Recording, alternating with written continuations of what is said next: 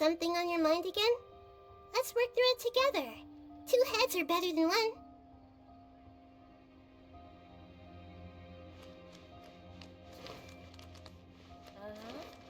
Ad Astra Abyss.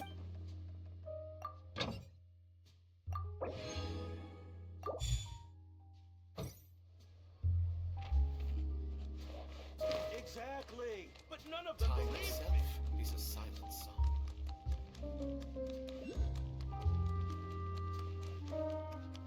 It seems like there's another event going on at the Court of Fontaine! Look at that! Roadside signs is fun! Is this really okay? I told you I could do it using the leftover funds from the original deposit. Don't tell me you're afraid that I cheaped out on the dress. No, not at all. I have only the fullest faith in your work, Miss Chiori. I'm just in shock, that's all. It's always been my dream to wear a Chioriya boutique dress for my wedding. I really thought the chance had passed me by. Wait, isn't that Chiori? She's actually at her shop today?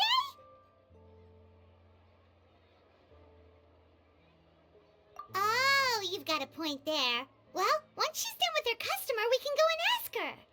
I'm a woman of my word. If I say I can do something, then it'll be done. The first rule of business is to always keep your promises. Now, remember to not fold the gown, or store it under direct sunlight. I'd recommend only taking it out on the day of the wedding. But from the look on your face, I can tell that may be a little difficult for you.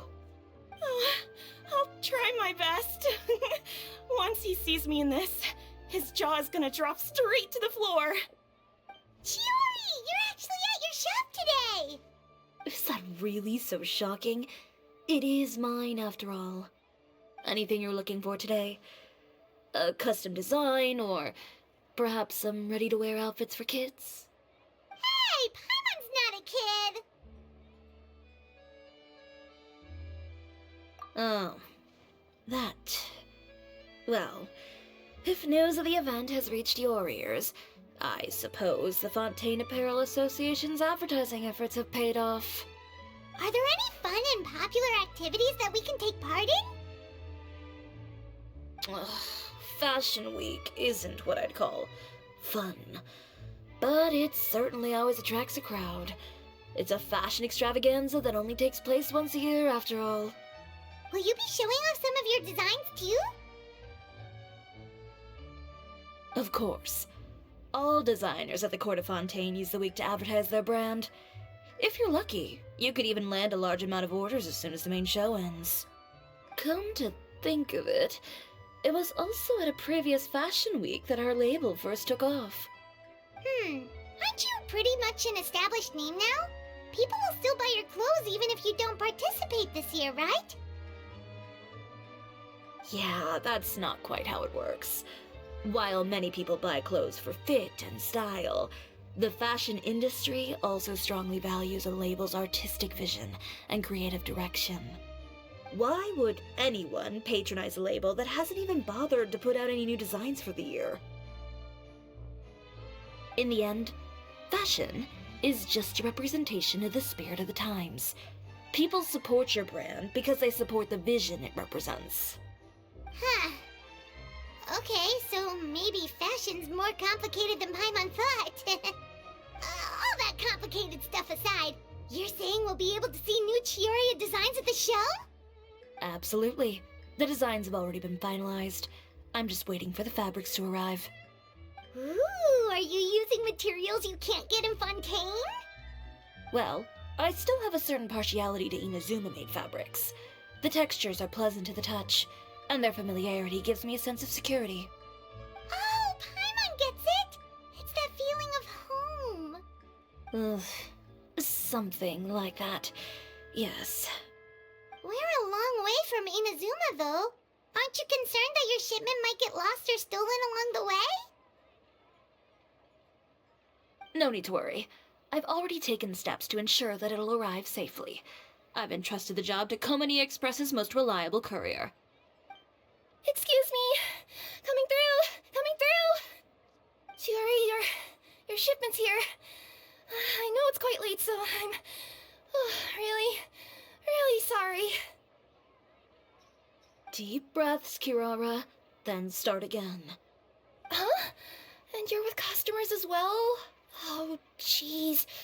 I've really kept everyone waiting. I'm so sorry. This is all my fault. These two are the Traveler and Paimon. With how well traveled you are, you've probably heard of them already. And this is Kirara, Star Courier of the Komania Express. She's a Nakamata, in case you were wondering about the tales. Pleased to make your acquaintance. And sorry you had to see me like this. I know I'm late, but if an opportunity arises in the future, I still hope you'll choose Komania Express. So, what was the holdup? Sailing delays, bad weather? Huh? No, nothing like that. I just ran into a bit of trouble, that's all. Bandits, then? Or treasure hoarders? A few run-ins on the road aren't usually enough to give you any trouble. Well, I didn't run into anyone exactly. I just got a little lost. Keeping you honest as always, I see.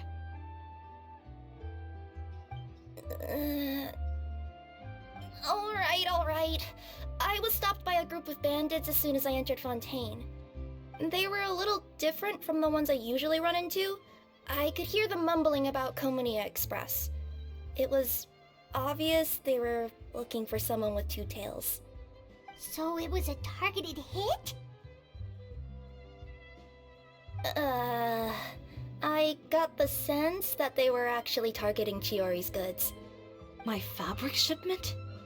Yeah, they said that I could go as long as I left the goods with them.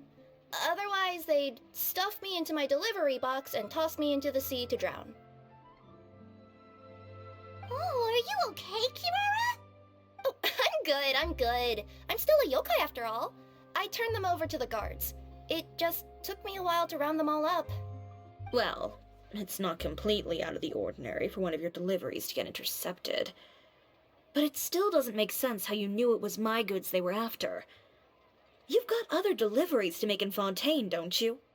Is there something else that you're keeping from me? Huh? Well... Perhaps I need to reconsider how many stars to give you in my review. You always know how to get me, Chiori. Alright, I'll talk. So, I kinda wanted to know why anyone would order a hit on me, so I spent a bit of time investigating. One of the bandits had a loose tongue, which saved me some time. He said that a certain person had commissioned them to intercept Chioria Boutique's delivery. And who might this person be?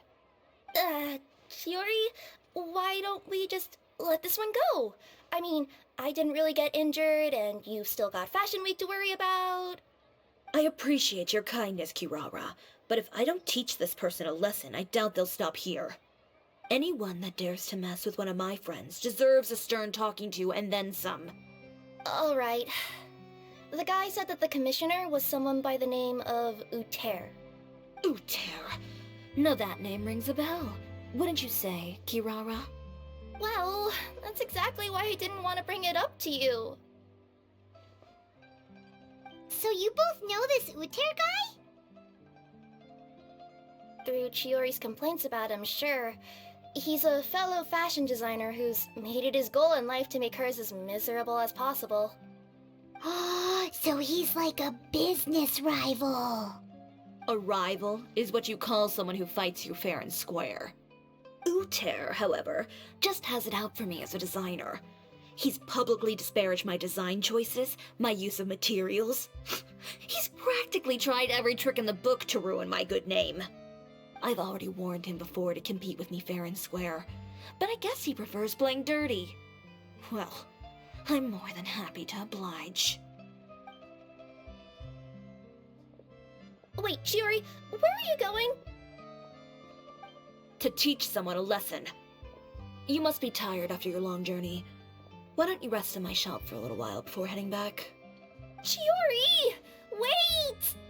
And she's gone. Oh no. What should we do? You seem concerned. Should we be worried about Chiori? Well, she's always been the type of person to face things head on.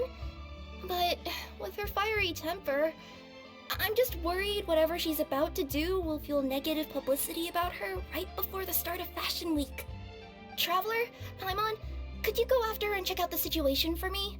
As a formal employee of Komonia Express, it wouldn't be appropriate for me to get involved. Yeah, we'll take good care of Chiori. To be honest, I'm more worried about that Uter guy's safety.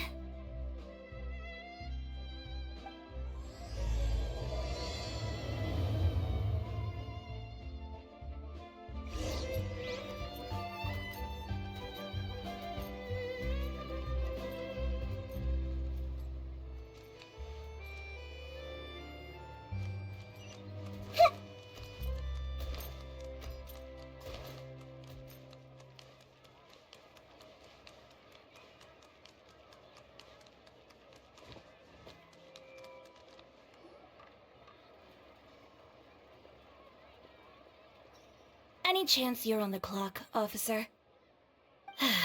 Nothing good ever comes out of you addressing me like that. Oh? And I see the Traveler and Paimon are here too. Chevras, we meet again. Well, things have been fine on my end. We were able to bring in a large number of recruits thanks to that film we made. I suppose the trade-off is that I'm now constantly getting stopped for autographs while out on patrol. Not ideal, if you ask me. Well, you were one of the leading roles after all. So, did something happen? Indeed it did. I'll need you to come with me. I only ever hear that phrase from you. Usually I'm the one asking people to do that.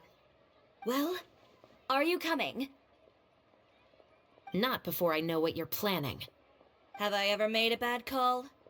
The better question is, have you ever made one that didn't violate proper procedure? Okay. A man hired a group of bandits to mug my friend. I'm about to go teach him a lesson. Are you sure this is something you should be telling the captain of the Special Patrol? It's getting hard to tell whether you're here to report a case or turn yourself in for one. Neither. I'm requesting personal supervision from said captain, so I don't do anything too out of line. Are you planning to? Not if I can help it. All right. Where is this person? Follow me.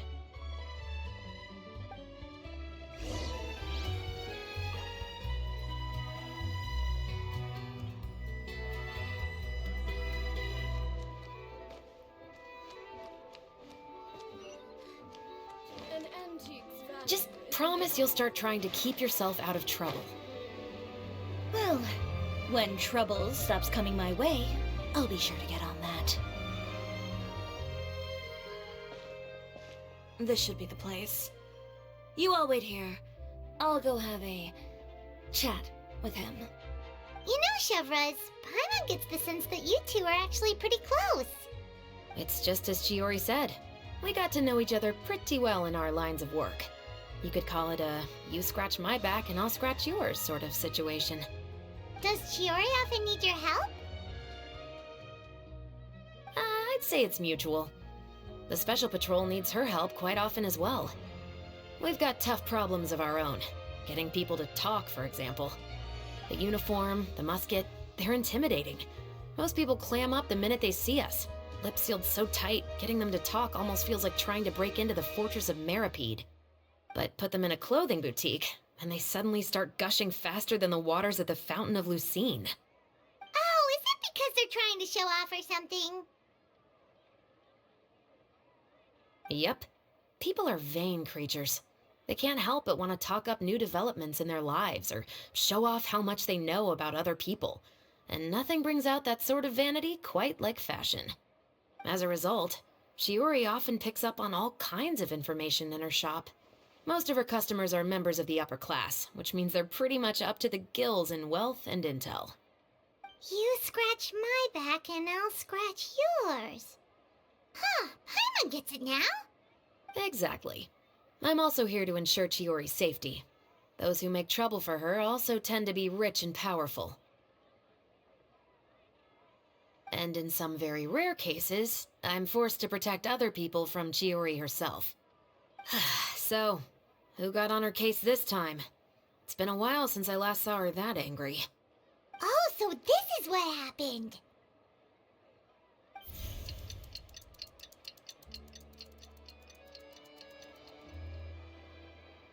Huh? Uter, you say? You've heard of him? Yep. He's made trouble for Chiori several times already. He's fond of pretty much every dirty trick in the book. I heard that even the Maison Gardiennage issued him a warning due to his behavior. So he's back at it, huh? His funeral, I guess. Whoa, what's this about a funeral all of a sudden? I just meant that Uter's done for. Now bring it in, you two.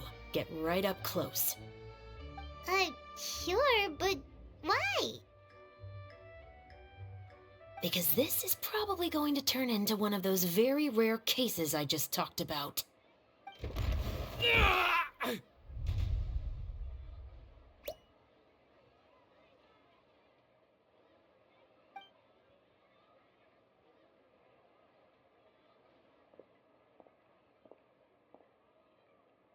What are you doing? Stay away from me! Has anyone ever taught you the definition of stupidity? Huh? Stupidity is doing the same meaningless thing over and over again. It appears you've forgotten what I told you before. So, allow me to refresh your memory. Lay off the dirty tricks. Oh, and if you dare lay your hands on my friend again, you can expect a far less pleasant landing next time. Ahem. Chiori? Officer, an assault's in progress! Please, officer, you've got to do something! Of course. I'll do my utmost to investigate the situation. Unfortunately, I was chatting with this traveler and seemed to have missed what happened. Not to worry, though. If you'd allow me to search the scene, I'm sure I'll be able to collect some useful evidence. You don't mind, do you? There's nothing in there that would implicate you in any illegal activity, I would hope. Forget it. It wasn't that big of a deal. Ms. Chiori, I must also ask you to refrain from engaging in such disorderly conduct in the future, especially out in the open like this. Apologies, officer. I guess you could say I'm just used to tossing out any trash I come across on the street. You... Is there anything else either of you have to say for yourselves? That's all from me. I sincerely hope that today's events will never happen again. We'll see about that. Whoa, that scared the heck out of Paimon! How did he just go flying out like that? You're too kind. Now's not the time to be accepting compliments. What happened to not doing anything too out of line? Oh, not if I could help it, is what I said. And I think I kept to that. I started with a verbal warning, but he displayed neither shame nor remorse. If anything, he kept running his mouth with insults and threats. Insults and threats so bad that he deserved to be tossed out like a sack of trash? Believe it or not, they were that bad. He deserved to get knocked down a peg. It's the only way to get him to stop.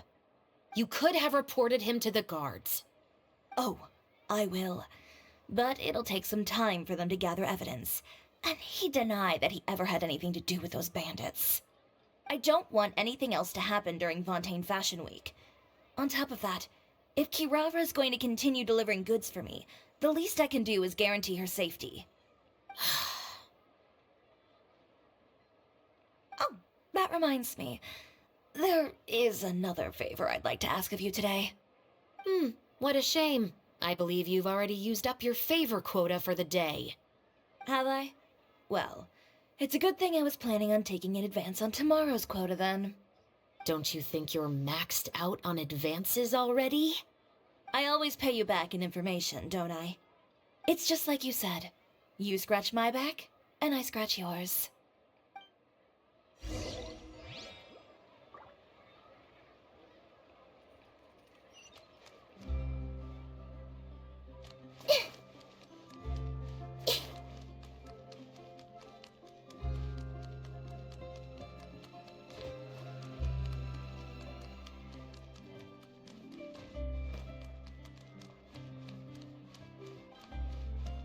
Time itself is a science.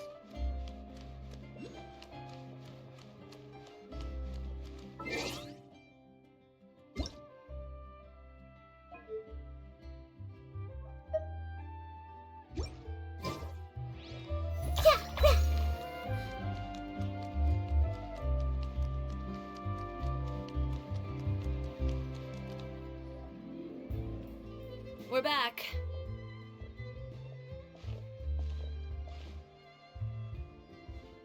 You were gone for an awfully long time. Oh, please tell me nothing bad happened. There's nothing to worry about. All you need to know is that you'll never have to worry about someone in Fontaine messing with your deliveries again. Sorry, Chiori. I didn't mean to cause you so much trouble. What are you talking about? You didn't do anything wrong. Those greedy bandits are to blame, along with a certain someone who doesn't know when to lay off the petty tricks. The next time you need to leave the city, call the Special Security and Surveillance Patrol. They'll escort you half of the way, and the Spina di Rasula can take the second half. With that sort of escort, the next time you make a delivery, those treasure hoarders won't go anywhere near your goods.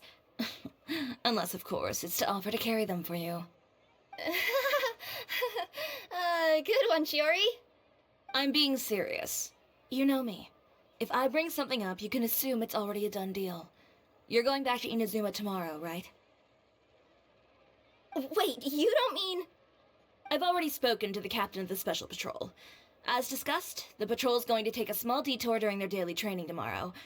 As for Navia, I'll give her a heads up in a bit. There's really no need. I'm just a simple courier. I don't need to be surrounded by a bunch of armed guards. Or ones with sunglasses, for that matter.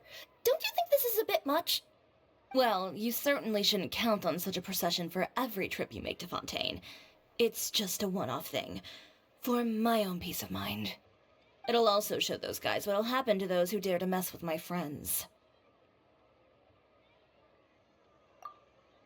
Yes, well put. Well, if you think it's a good idea, Traveler, then I guess it's fine. Well, with the bad guys out of the way and your goods safely delivered, everything should be good to go for Fontaine Fashion Week, right? I believe so.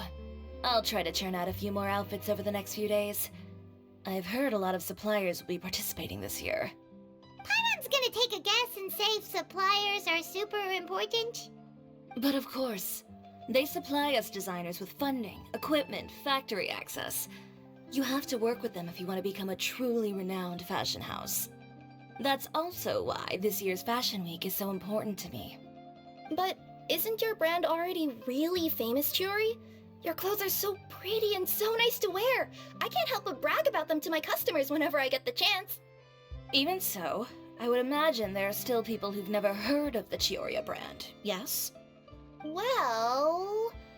I mean, with the amount of places that I deliver to, it's only natural that some people from other nations haven't heard of it. Then it's still not famous enough. My goal is to make the Chioria brand renowned throughout all of Teyvat. All of it? Your business would have to get pretty huge then. Wait, would that mean I could just go to any Chioria branch on the continent to get my clothes fixed? It has been pretty inconvenient having to come to Fontaine every time I need to get them patched up. Alternatively, of course, you could just be a bit more careful with them. They're already about as durable as I can make them. Okay, I'll admit, they do get snagged on branches pretty often, but I can't help it. It's hard to be careful about that sort of thing when you're trying to take a nice nap in a tree. Well, if that's your dream, Chiori, then we should do our best to make it a reality. Is there anything we can do to help out with Fashion Week? I'm sure I could think of something. Ooh, what is it? What is it? Why don't you come to my shop tomorrow and model for me? Simply put, you'll serve as my living mannequins. Oh, so we get to try on some of your clothes? Got it! Seeing them off the rack will also give me the chance to make some small adjustments to the stitching and the silhouette of the designs. Sounds easy enough. No need. We've already booked the models for that. If you like them, though, feel free to visit the boutique and see if anything catches your eye. I'll even give you a special discount.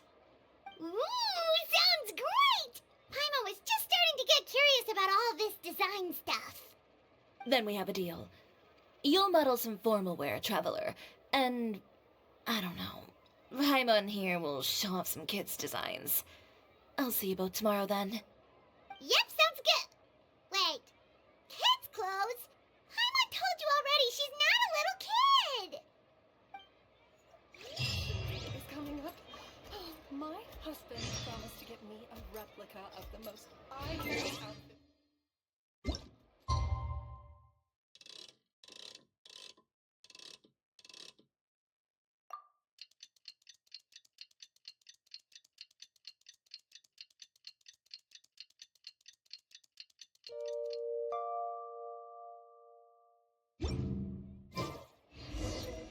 Did you read the paper today?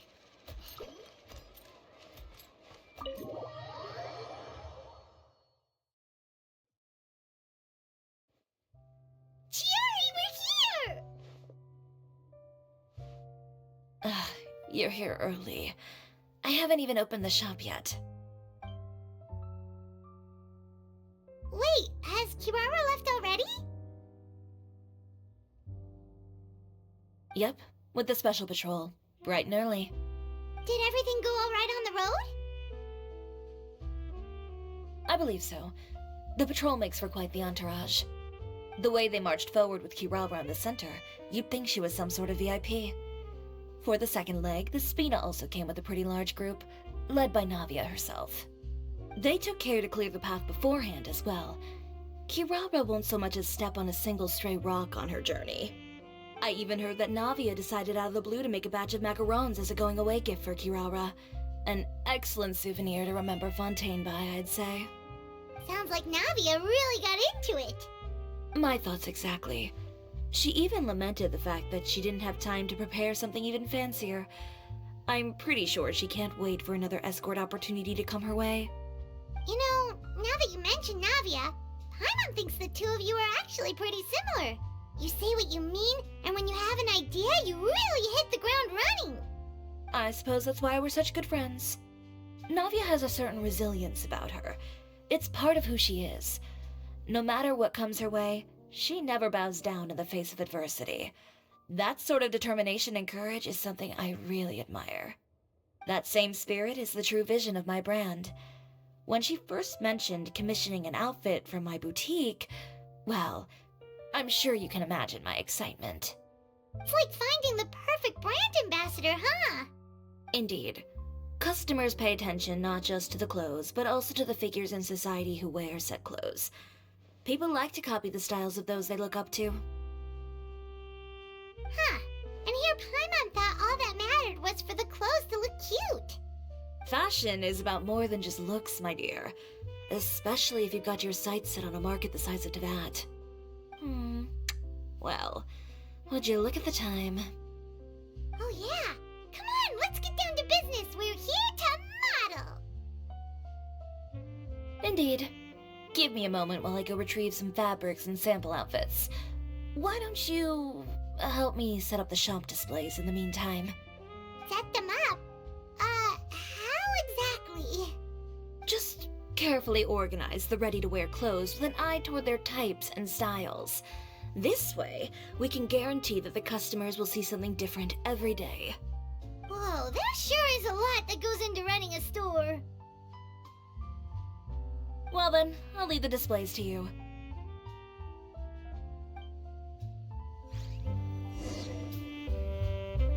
So, we just need to put all the clothes with similar styles together, right?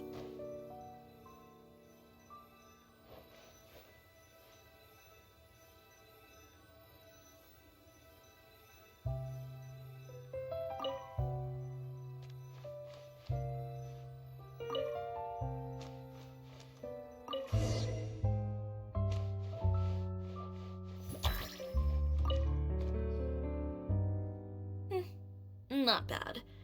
You might just have an eye for design. Anyway, let's move on to the real task at hand. Over here, stand still. I'll take your measurements first.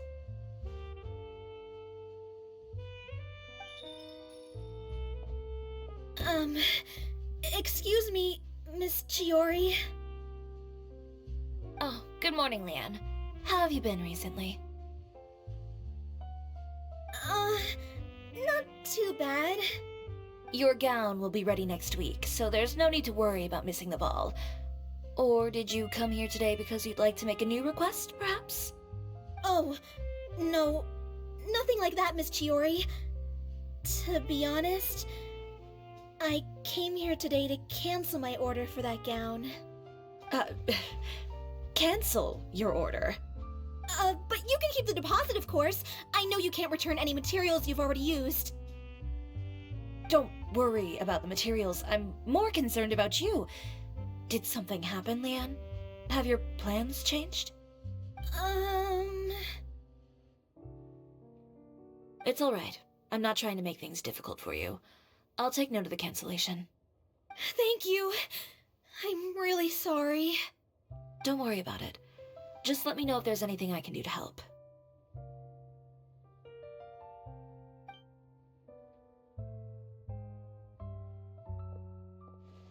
Is it just Paimon, or was she acting a bit strange just now?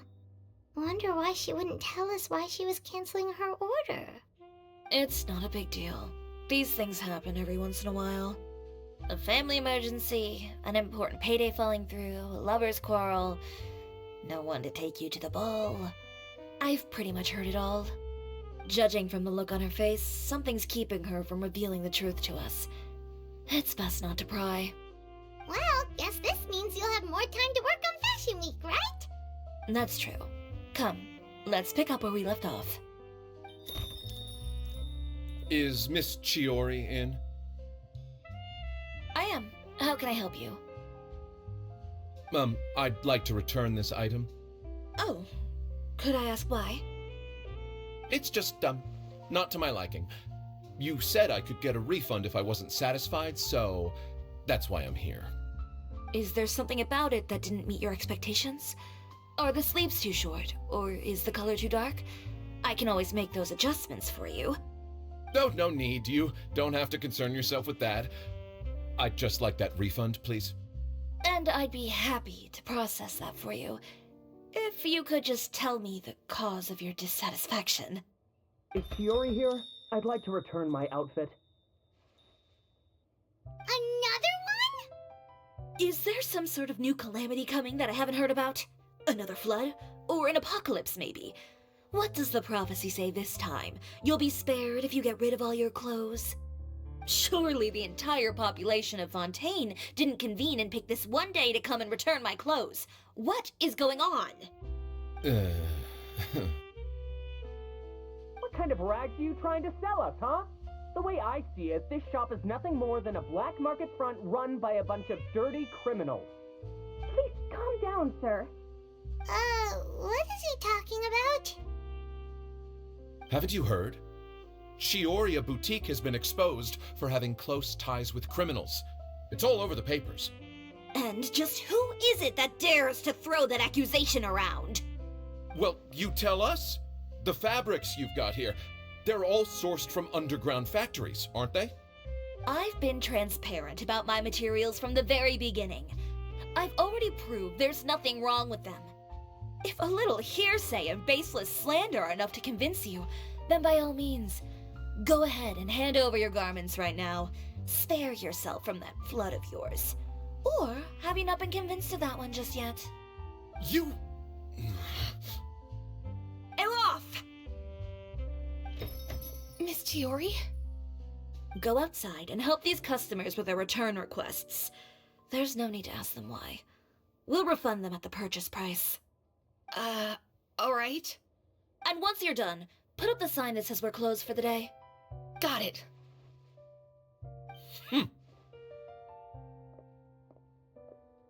Chiori. They couldn't be more fabricated if you tried. No need to worry about them. I'm sure they'll go away on their own in a few days. The real goal here is to divert my attention away from Fashion Week. The best response right now is to tune it out and focus on finalizing my designs. If you say so, but Paimon still can't help but worry. The best way to respond to public skepticism is to let your work speak for itself. There will be no doubt about the quality of my work once my new designs are released. The public just has to see it for themselves. Miss Yuri, bad news! Oh, for the love of... Can a woman not get a moment of peace to do her work? Go on. What's the matter now? It's our accessories supplier. They just sent word that they'll no longer be able to supply us during Fashion Week. What? No accessories? Not even the ones we pre-ordered? Yes, that's what their messenger said. And what about the models we asked them to book for us? I think they'll probably pull out as well. Even the suppliers believe those nasty rumors? Is the messenger still here? No, they've already left. So, no accessories means no brooches, no bow ties, things like that? Not just that. It means no gems, ribbons, gold thread, all the elements that lend life and soul to my designs. But if you take those away, does that mean you won't be able to make your designs at all? Alof, you stay and watch the shop. I'll go talk to the supplier myself. Yeah, and we can vouch for you too. We'll make sure your supplier knows there's nothing wrong with your clothes. Thank you. In that case, please come with me.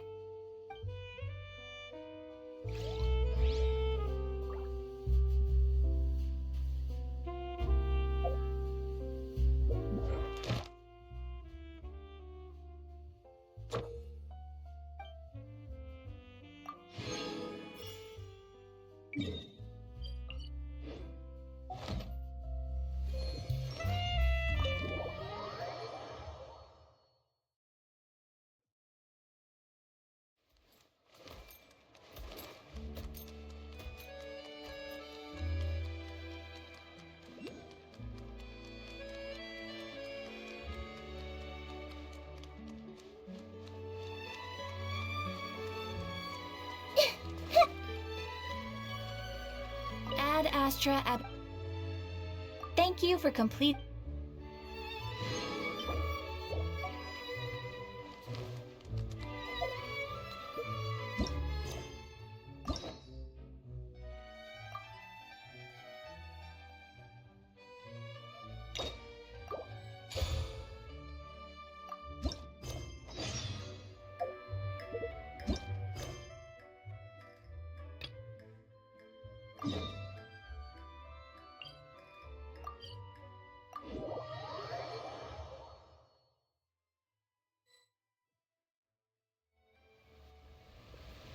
Hey, Traveler, Paimon. Oh, Paimon knows that voice! Over here.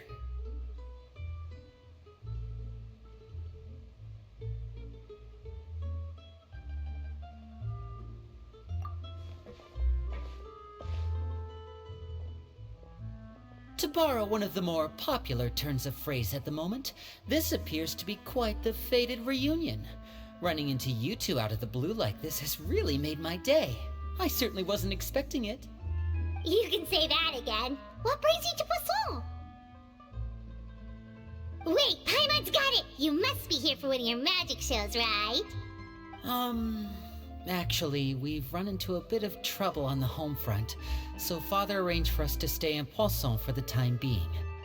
Oh, are Lynette and Fremine here too? Yep, along with most of the other members of the House of the Hearth. You may have noticed Poisson seems a bit more crowded than usual. So you're saying nearly the entire organization has moved to Poisson? Sounds like you've run into way more than just a bit of trouble. What's really going on? Well... Since the two of you are so curious, perhaps I can fill in the gaps. You scared Paimon half to death! Father, you're here.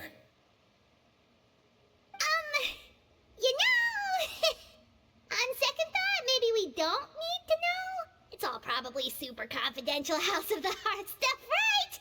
We totally weren't trying to pry or anything. No need to be nervous. I could sense your genuine concern from your conversation just now.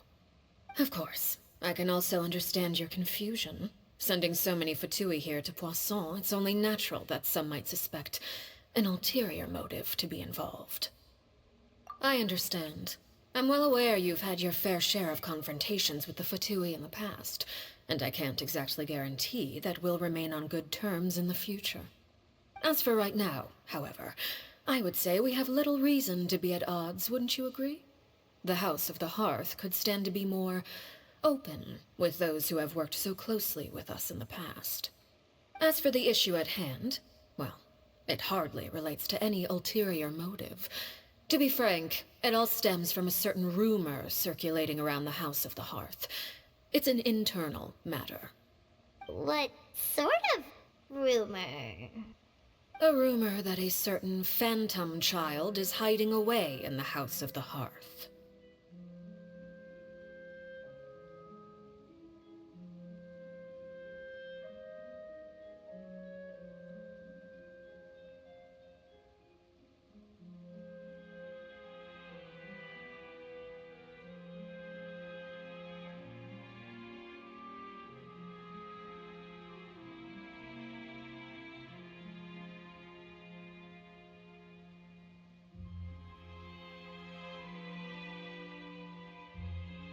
A phantom child?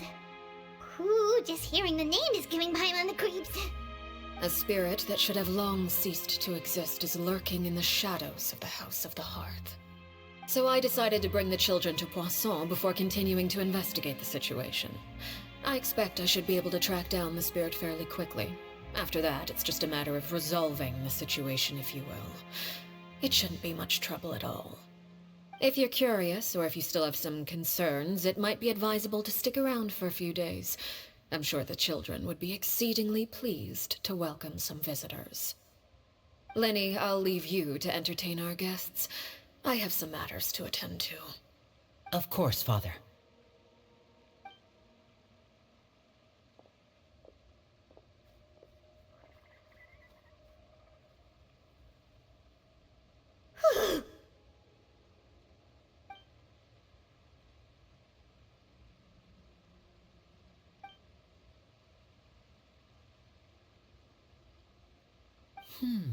It has long been a dream of mine to invite you to our home and introduce you to my other siblings. You're quite well known in the organization already. A lot of people have been talking about you, especially after everything with the prophecy. If you're willing, why don't you stay a while and have a little chat with us? Alright. We don't have anything else to do right now anyway. But let's be clear, we're just gonna be there as guests, okay? Don't get any funny. Oh, wait a second. For your guests, that probably means we'll be treated to lots of yummy food, right? Of course. During our stay in Poisson, we've been helping out the locals with some fishing. We bring in quite the bounty every day. In fact, today is the perfect chance for me to show you what I can do in the kitchen. Let's go. I'll take you to where we're staying.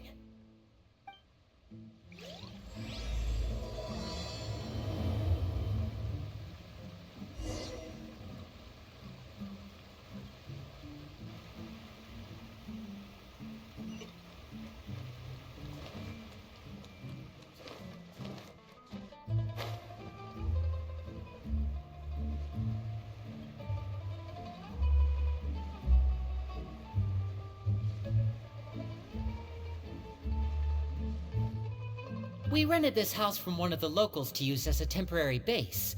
I'll come back later and tidy up a bit. After that, it should be all ready for you to stay in tonight. Awesome, thanks! So, where are we off to now?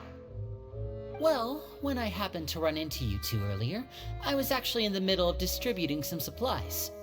With this many people staying in Poisson, we have to bring in outside supplies every now and then. I should probably make sure the rest of these provisions get delivered. Otherwise, people might start to get antsy. Okay, we'll come with. There are all sorts of rumors about your organization floating around out there. Paimon's not sure if she could even take a wild guess as to what's true and what's not. But now that we finally have the chance to see a day in the life of the house, we can take a good look at how you operate. Well, you're more than welcome to come along. Just follow me.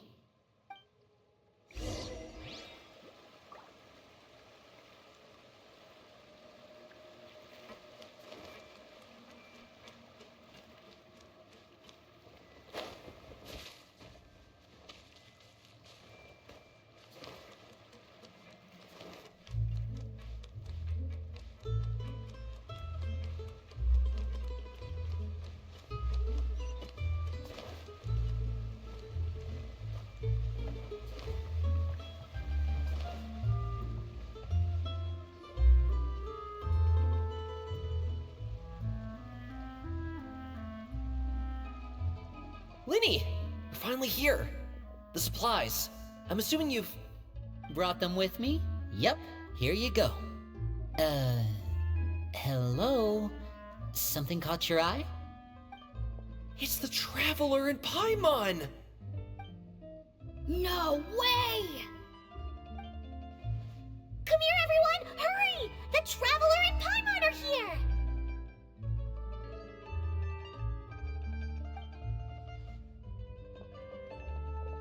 One at a time, please. Don't crowd around them all at once. We don't want to scare off our guests now, do we? Oh, it's alright! Gotta say, Paimon didn't realize we were this famous. Of course! Father and Linny have told us so much about you. Father told us about how you helped Linny. According to her, you're a trustworthy friend. And as far as she's concerned, that's pretty much the highest compliment we've ever heard her give. As you can imagine, everyone's been very curious about you. I heard the Traveler is so strong that she can move a mountain with her bare hands. I heard Paimon eats so much that she can clean out the entire pantry at Hotel Tabor in just 3 days. Wait a second! That's the rumor you heard about Paimon? Oh, not cool at all! Oh, wait! When guests visit, you're supposed to give them gifts and stuff, right? Oh, we don't need something like that. Besides, we don't have anything to give to you! Come on, we insist! I can give you some of my new potions. Just pick your poison. And by that, I mean medicine or actual poison. I've got both. Huh? Or maybe Shaplo can teach you guys about stealth. He's super good at it. He's never been caught. Ah, now that's not a bad idea. I know you usually prefer to fight head-on, but it never hurts to expand your bag of tricks, right? When it comes to eliminating your enemies, staying quiet can go a long way. Trust me, I would know. I was poisoned not too long ago, and I'm still dealing with the after effects. So I'm not quite as good as I was before, but I can still give you some pointers. Wait, when you said gifts, I didn't think you meant poison and stealth tactics. But those are the best things we can give you. You don't like them? Ooh, how about this? Tell me the name of someone who really annoys you, and we'll teach him a lesson for you. All right, Fold Selwar. I think that's enough suggestions for now. When it comes to being a good host, it's the thought that counts. You don't need a physical gift to make our guests happy. In fact, pestering them with suggestion after suggestion might make them more annoyed than anything. I would say your enthusiasm has certainly gotten across. Really?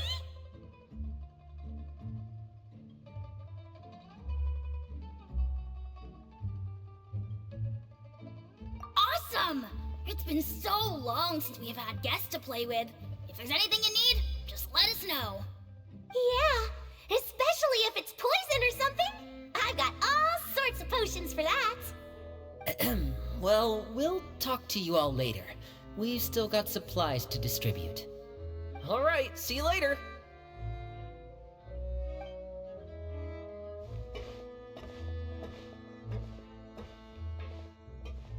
Bye!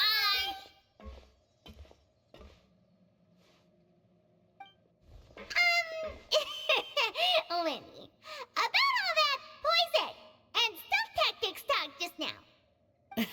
Scared you, did it? That kind of talk comes with being part of the House of the Hearth.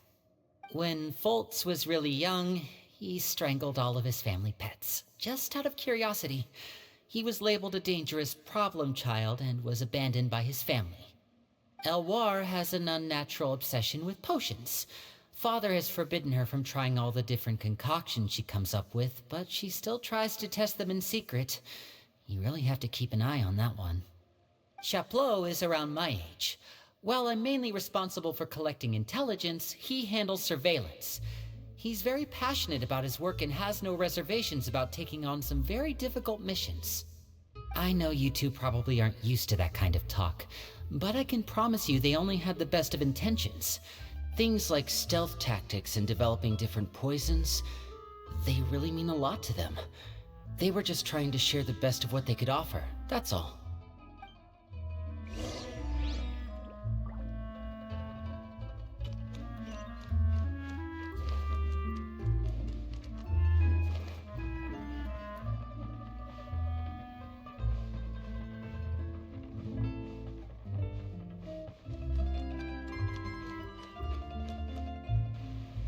Filial, supplies are here.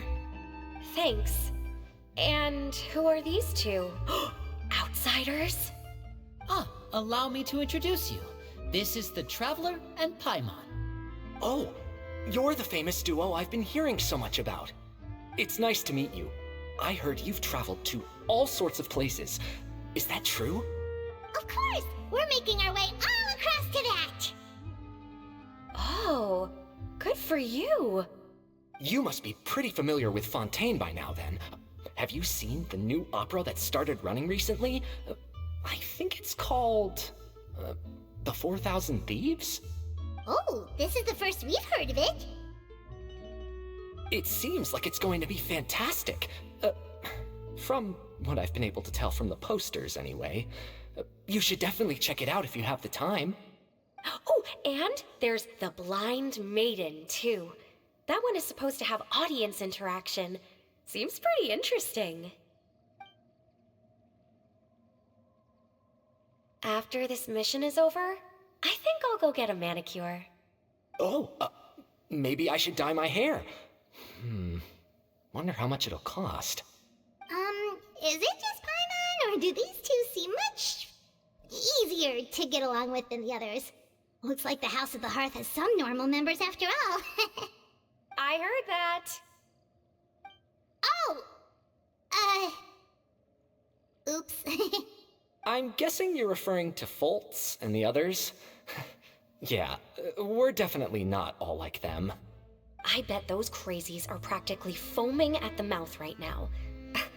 I'm sure they just can't wait to get back to Snezhnaya to carry out the plan. That's enough, Filial.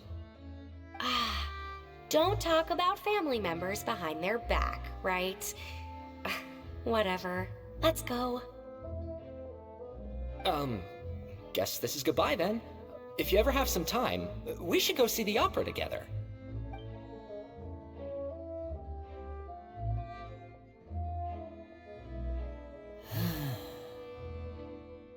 Well, that's it for the supplies.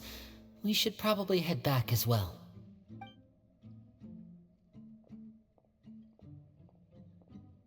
Well, they didn't seem too happy with each other. Seems like there could be something more going on here. You're right. We're only here as guests after all. Oh, Linny's getting super far ahead. Come on, let's catch up.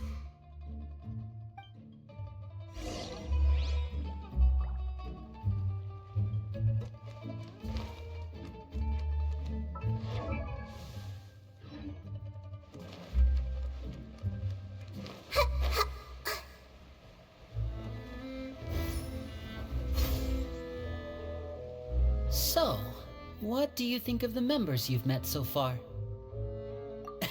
Well, Father is always encouraging us to be strong-willed and independent.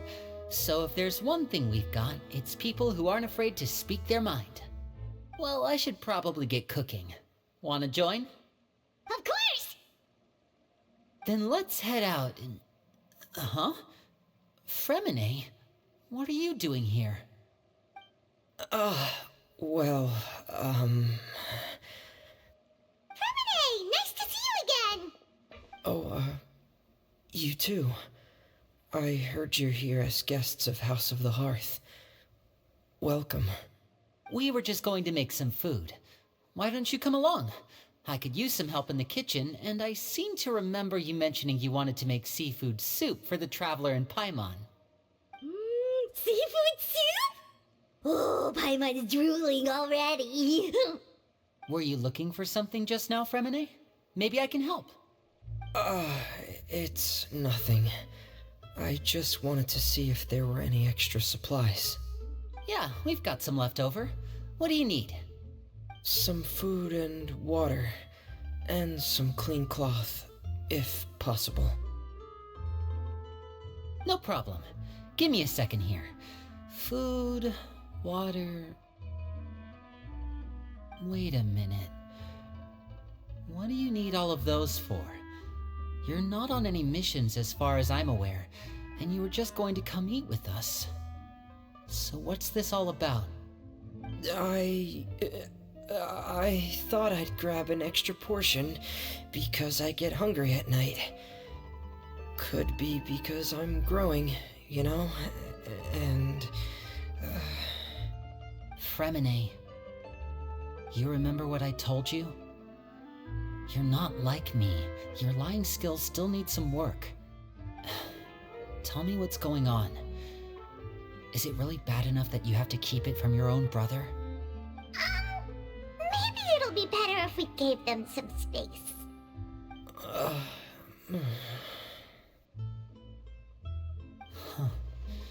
This is the first time I've seen that kind of look on your face. Whatever happened, does it have something to do with Father? Yes.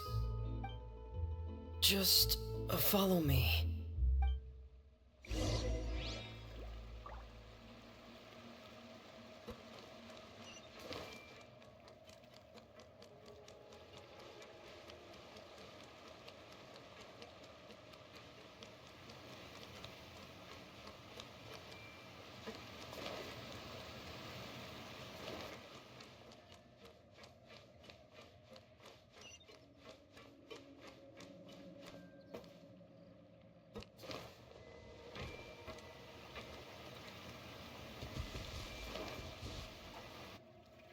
You're back!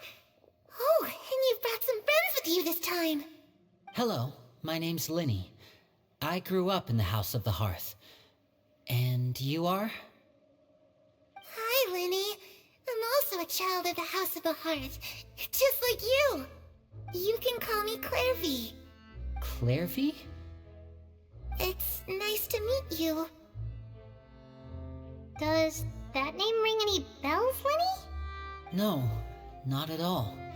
That's not a name we have on our roster, I'm sure of it. What I'm not sure of, though, is how she managed to sneak in. She must be the phantom child Father's been searching for. From the looks of it, I'm guessing you were the one that found her, Fremine. You, haven't told Father, have you? No, I haven't told anyone. I've just been keeping her hidden. For how long? About half a month now. So ever since we got to Poisson, then, do you have any idea what you're doing? I know what I'm doing. Really? Because from where I'm standing, it looks like you're hiding the very person Father has been trying to find. If Father finds out about this, everyone involved is going to be punished. You know the rules of the house, Fremine. I know you do. Father doesn't tolerate any form of betrayal. So why are you doing this? I've thought it through. And I just can't hand her over like that. Linny, don't you remember last year? Sheplo nearly died after getting poisoned during that one mission. He wasn't able to get back before the poison started taking effect, and not a single person was there to help him. That night, while I was sleeping, I heard a voice telling me to go save him. I opened my eyes, but I couldn't find the source of the voice. I thought maybe I was just hearing things, but I went to look for him anyway. Luckily, I got there with enough time to save his life. That feeling of being haunted, of hearing voices. It's happened many times in the House of the Hearth. I'm sure you've noticed. So what you're saying is, that was her? She was the one who spoke to you that night? Unless there are other spirits roaming around the House of the Hearth, I don't think there's any other possibility. If Clairvy were our enemy, it wouldn't matter whether she was a spirit or an actual child. I would have acted without a second thought, because that's what Father ordered us to do. But she's been living with us, helping us from the shadows all this time. I think that makes her family. I couldn't just hand her over to be dealt with. Not when there's so much we still don't know. So what's your plan then? You can't keep her here forever. Someone is bound to find out eventually. I haven't thought that far yet. I don't want to disobey an order from Father, but I also don't want to put Clairvy in danger. Come with me. There are a couple things I'd like to say to you in private.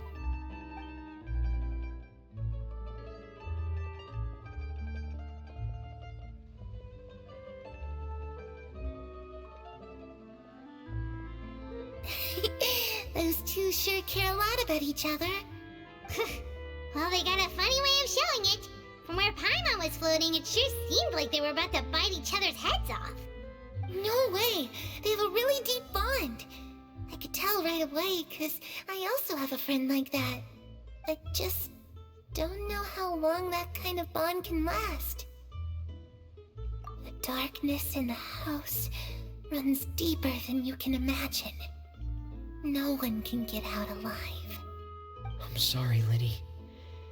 I really didn't mean to drag anyone else into this. Oh, really? You didn't mean to? 'Cause I, for one, wish you did. Huh? What do you mean? You know, when we were younger, you didn't call me Linny. You called me brother, just like Lynette. We grew up together, the three of us. We were all orphans, all rescued by Father. Of all the siblings in the House of the Hearth, I think our bond was the closest. Later on, when you started calling me Linny, I wasn't actually surprised. After all, Lynette and I are related by blood. We've had to depend on each other to survive long before we joined the house. Linny, The darkest and most difficult moments of my life happened before you and I had ever met. I'm sure that's true for you as well. Even so, Fremine, we've stood by each other for all these years now, and to me, that means more than blood. You and Lynette are the most important people in my life. No one can replace you. So I won't let you face anything alone. Not if I can help it. Oh, looks like things are getting kinda heated between Linny and Fremine. Maybe we should go check on them. Oh, it's raining. I should put my clothes away.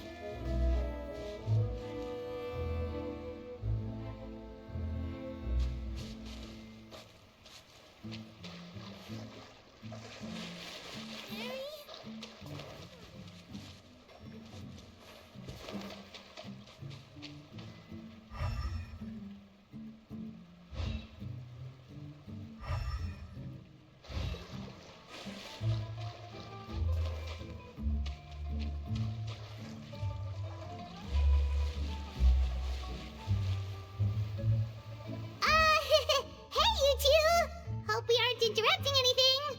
Like a fight, or... Oh, wait a minute, Fremine. You're not crying, are you? Is everything alright? Everything's fine. Thanks for asking. Well, we're all friends here, right? We've been through so much together, so if there's anything we can do to help, just say the word. It's just a small family dispute. It's not something our guests should trouble themselves with. In fact, it might be better if your stay ended here. What are you getting at, Traveler? When guests are around, families are often on their best behavior. And any disputes are less likely to escalate. That's what you're trying to say, isn't it? just... Thank you. I was really hoping to keep you out of it. But even if I could think of some other reason to turn you away, I'm not sure I could convince you. I know things could turn dangerous, so I promise you this. From now on, I'll protect you like my life depends on it. Me too. Well, back to the matter at hand then. If we don't plan on handing Clairvy over to Father, then our only other option is to solve the mystery of her identity before Father is able to track her down. That means finding out where she came from and what she's doing here. Then we can send her on her merry way and pretend like none of this ever happened. I've tried that already. And? And... nothing. I tried taking her somewhere really far away, but... after some time, she just reappeared. She even came with us all the way to Poisson. It seems like wherever the house is, she follows. I don't know much about spirits. Do you two have any ideas? Let's see here. Paimon remembers hearing something like, if you fulfill a spirit's last wish before they die, they'll let go of whatever's keeping them here and return to the ley lines. Oh, it's just that Paimon doesn't really remember where she heard that, so it's not guaranteed to work or anything. Well, sounds like it's worth a shot. Guess that means we should go ask her about her wish. But first, Fremine, I need you to promise me something. What is it? I need you to promise me that this will stay between the two of us. We're the masterminds behind this whole thing. No one else gets involved. Can you do that for me? Of course. I promise. All right. Then let's seal the promise just like when we were kids. Fist bump on 3. Ready? 1, 2, 3. I swear.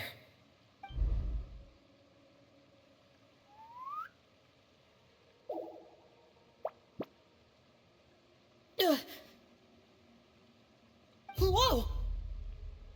Lynette! But what a surprise! What brings you here, dear sister?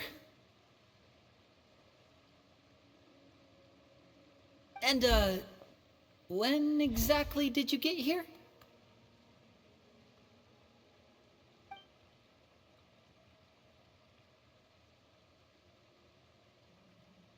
You're an idiot, brother. And you too, Fremine.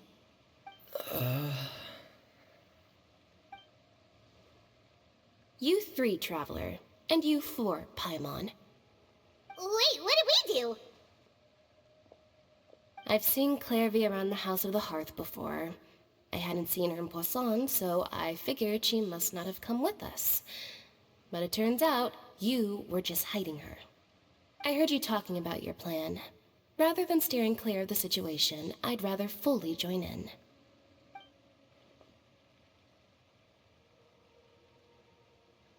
If you don't agree, I'll have no choice but to report everything back to Father. Simple as that. You're not giving us much wiggle room here, Lynette.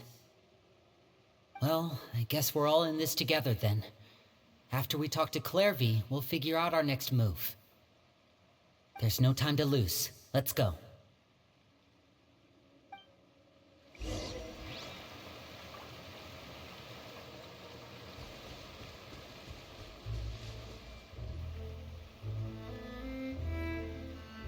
I'm full.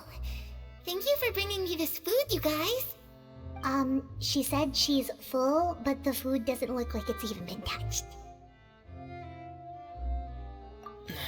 That's right. Based on what I've been able to observe, it doesn't seem like Clairvy can interact with the physical world at all. Still, when she's presented with food, she'll always linger around it for a good little while. Maybe, in her mind, she really is eating those things. Does she know that she has already passed away? I've tried to ask her, but she didn't answer. My guess is that she's just as confused as we are. Or maybe she couldn't understand the question at all. Clairvy, if you've got some time, I'd like to ask you a few questions. Sure. Oh, another new friend. Hi, I'm Clairvy. Hello. Clairvy, how did you join the House of the Hearth? Huh? Isn't it the same for everybody? The knave brings you here and then you can't leave. It's just that your name, it's not on the roster. And I've never seen you before. The roster? Oh, I get it now. I think there might be some things you don't know about this place. The people in charge, they're not as nice as they look. They say they keep a roster, but it's not complete. There are a lot of people who aren't on it, and never will be. In this house, some people are family, and other people are just test subjects. Those kinds of people aren't ever going to get a place on the roster, unless it's the roster of people who've been executed. Wait, does that mean the knave... She... Is there anyone that can vouch for you? Perry. She's my best friend. She's the only one I trust in this place. Have either of you heard of that name before? No. Me neither. Clairvy, Perry. Neither of those names are on the roster. But it seems like she's telling the truth. Either that, or this kid's already got a bag of tricks bigger than mine. Maybe we should try a different approach. Clairvy, do you have a wish? A wish? It can be anything you want. Just imagine. It's your birthday, you're blowing out the candles, and your wish is...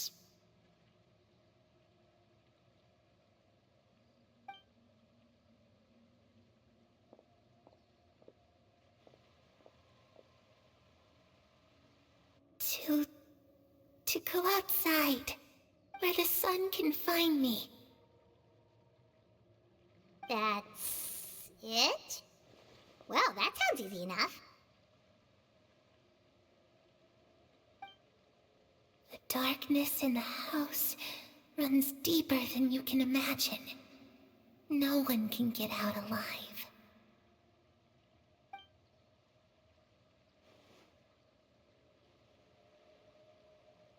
Okay, time to divide and conquer.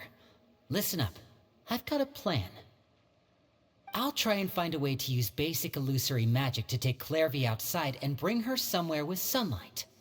Lynette, try and find the list of executions that Clairvy was talking about, and see if her name is on it. Fremine, you stay in Poisson. We can't be the only ones who've had run-ins with Clairvy. I need you to collect intel on everything she's said and done. Understood. I'll try my best. What about us? What should we do? I really appreciate your willingness to help, but this is a family matter. I don't want to drag you in too deep. It's too risky. Let me think. Since Father considers you to be guests, maybe you could stick by her side for a little while. You don't need to do anything except keep up some nice, casual conversation. Ah, Paimon gets it. You want us to distract her. I'll give you a magic bird. If Father suspects something, all you need to do is release it when she's not looking, and it'll alert me that something's wrong. Of course, that's only as a last resort. If Father doesn't seem to notice us, there's no need to make contact. We'll reconvene here tonight after all's said and done. If the worst-case scenario happens and we're discovered, just tell Father everything. We're not going to let our guests get punished for our own actions. That's where we draw the line. You too. Okay, this is where we part. Father should be at the beach nearby.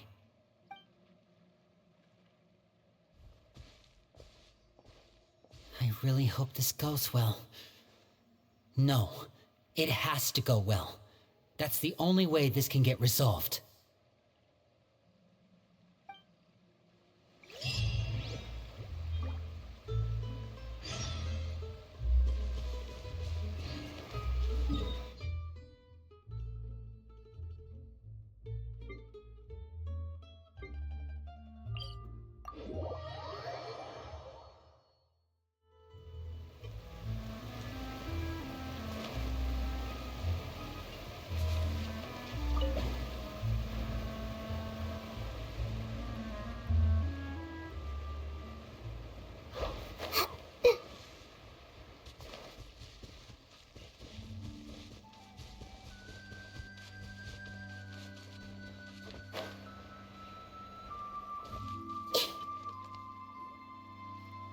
It's the knave!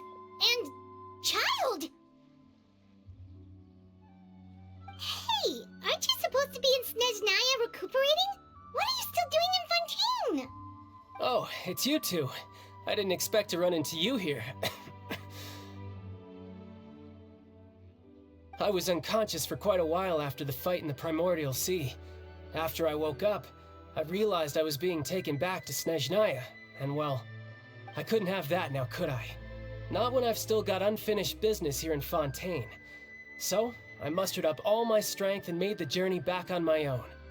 What sort of unfinished business are we talking here? It has to do with Skirk, my master. I really wanted to meet up with her, but by the time I got back, she had already left. I still have so many questions for her. Without any other leads, all I could do was ask the knave to help me track her down. She must have left behind some traces from her time in Fontaine. Oh, okay, so have you found any clues? Unfortunately, no.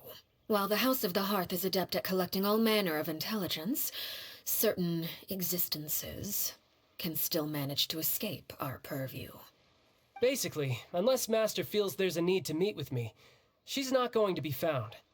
But that problem has an easy fix. I just need to become stronger, and then... Paimon thinks you should focus on getting better first. The worst of it is over. It's all thanks to that one kid from the House of the Hearth. Elwar, I think her name was. She gave me a bunch of random potions to drink. They didn't go down easy, let me tell you. Pain and chills all over. But they really did help speed up my recovery. And that's good, because it looks like I really do have to head back this time. The old man's been putting the pressure on me. He sent someone to tell me I'm needed for some sort of project. Project Stuja? Yeah, that's the one. I heard Regrader's involved too. I'm not looking forward to having to listen to all his monologuing, that's for sure. Hey, maybe you could think of a way for me to stay in Fontaine for a little longer. Helping Linny and the others brush up on their fighting skills would be far more interesting. If you and I could spar, that would be even better. I've been waiting for a chance to see you go all out. And what a sweet little daydream that is. But I also have a role to play in all this. I'll be leaving Fontaine shortly as well. Besides, considering how little they see fit to step outside the homeland, being called on to return to Snezhnaya by such illustrious dignitaries, what a great honor. Wouldn't you agree? One I could do without, I'd say. Is it just Paimon? Or does it kind of seem like they're... So, dear guests of the House of the Hearth, to what do I owe the visit? We just... Right! We're super close to Linny and the others, but we still don't know much about you! Is that so? Introductions have already been made, have they not? Oh, well, you see? There's only so much you can learn about someone from a short introduction. At least tell us something a little extra, like... Why do you call yourself father? Good question. I'd also like to know. The fact that you have to ask tells me our intelligence work has been quite successful. Telling you the answer to that question would only serve to undermine that success. And we can't have that, now can we? Spoken like a true diplomat. That was some expert sidestepping right there. Well, if there's nothing else, I think I'll take my leave. I still have a small matter to resolve at home. Wait, don't go!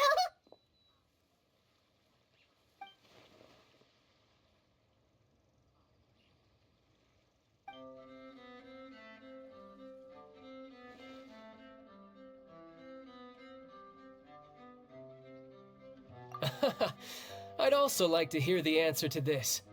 I've met some of the members of your organization, and they all seemed like really good kids. They actually reminded me of Tonya and Tusser.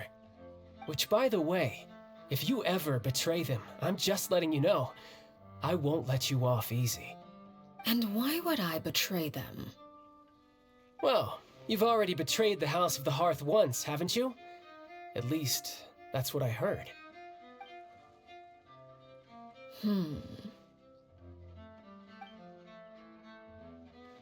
Okay, I admit. That's just what the old man told me.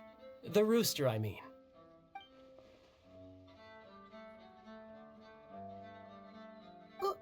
Wait, did you really do something bad to those kids?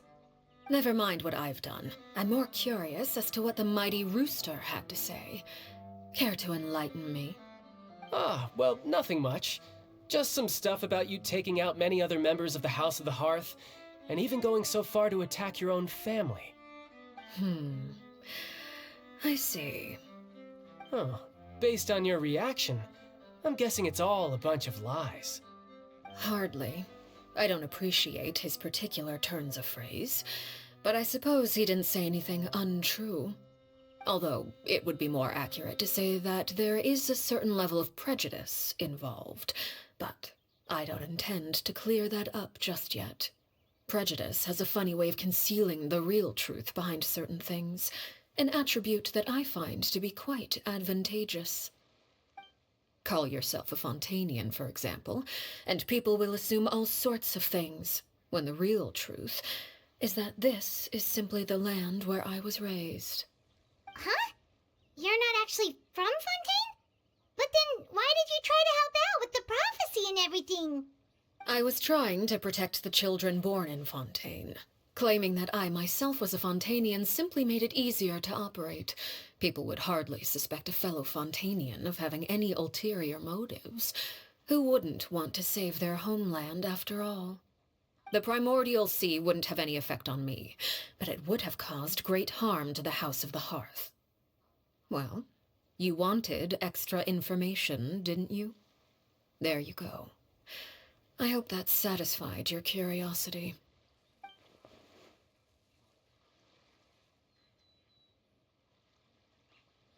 So, you stayed in Fontaine for the kids.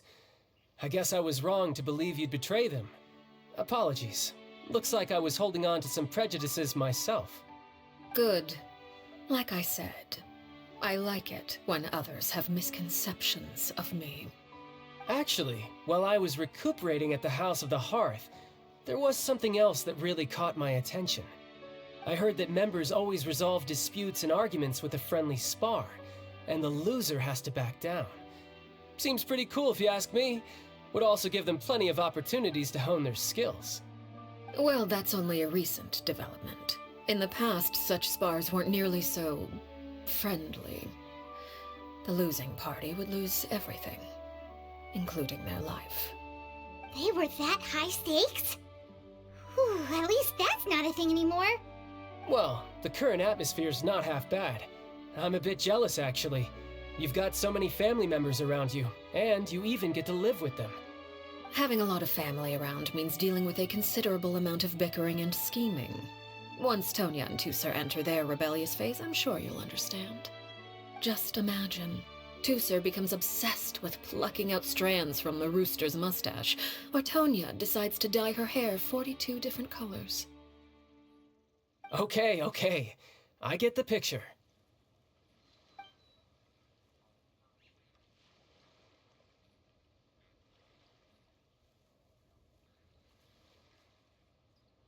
Well, would you look at the time?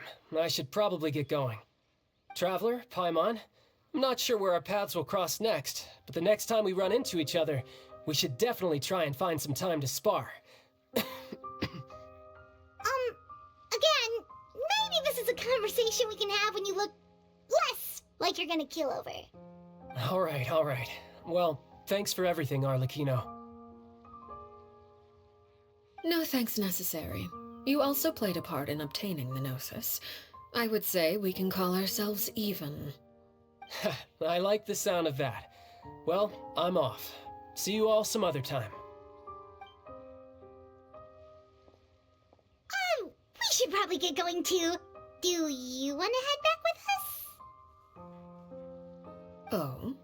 You want me to leave so soon? Oh, well, you see,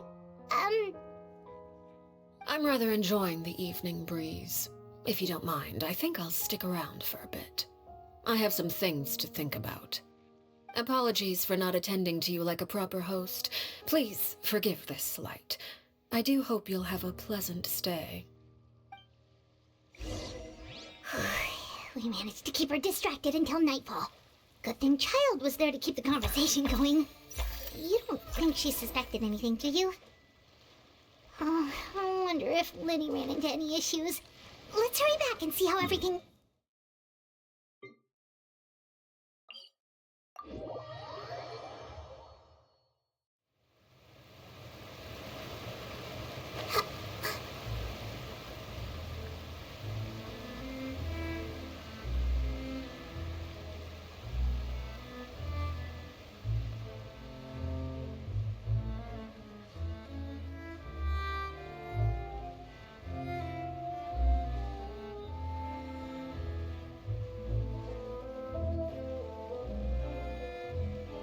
Liddy, how did everything go?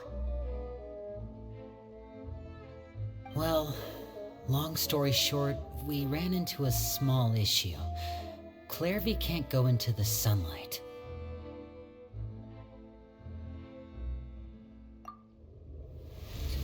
Everything was fine at first. She followed me up to the surface just like I told her.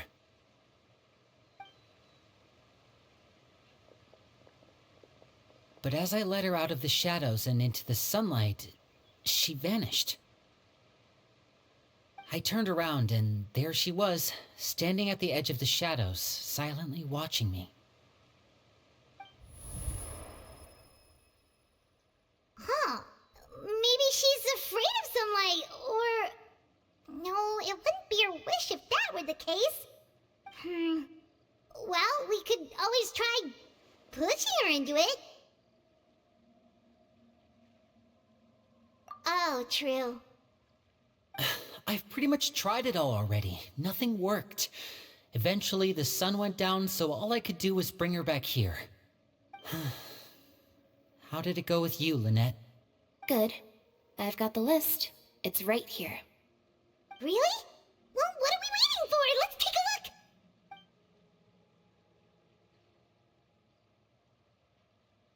Oh, that's a lot of pages. Oh, it's gonna take forever to get through it all. We can each take a section. Here. La Pouillade, L'Endroit, Chambel, Horaire.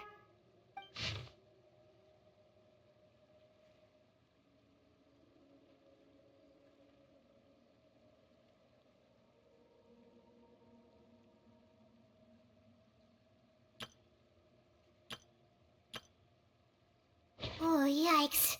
That Aurora guy has a huge scar on his face. He's kinda giving Paimon the creeps.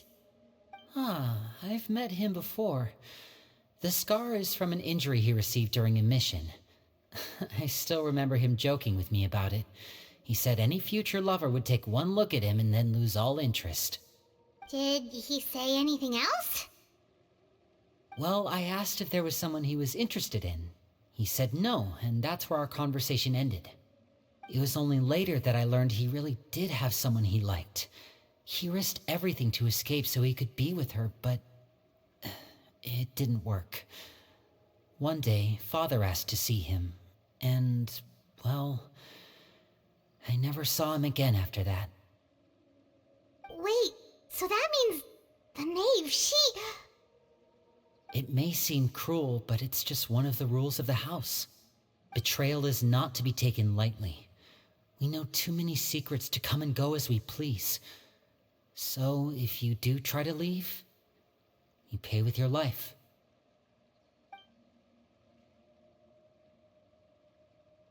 Her name's not here, huh?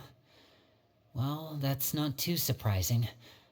It doesn't seem like this list is complete. It only contains records dating back around 5 years. Let's shift our attention then. Fremine, were you able to find anything out? Fremine. Sorry.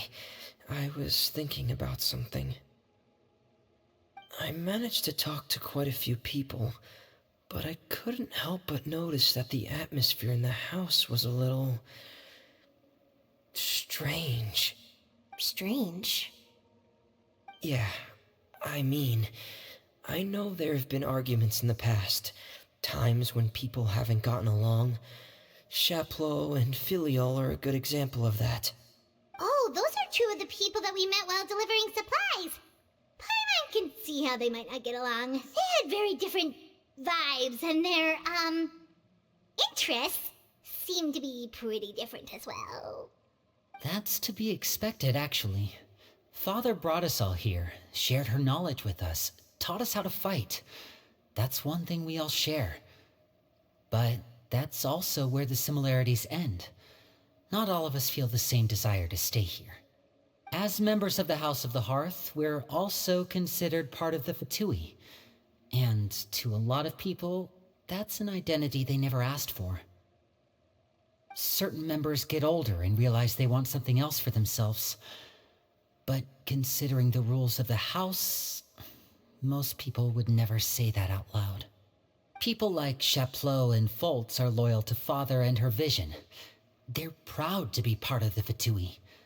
Filiol and Nantoy, on the other hand, well, they aren't quite as enthusiastic. These kinds of conflicts have always been there. It's not like Father is in the dark about any of this. Well, that's true. But it just feels like things have gotten worse lately.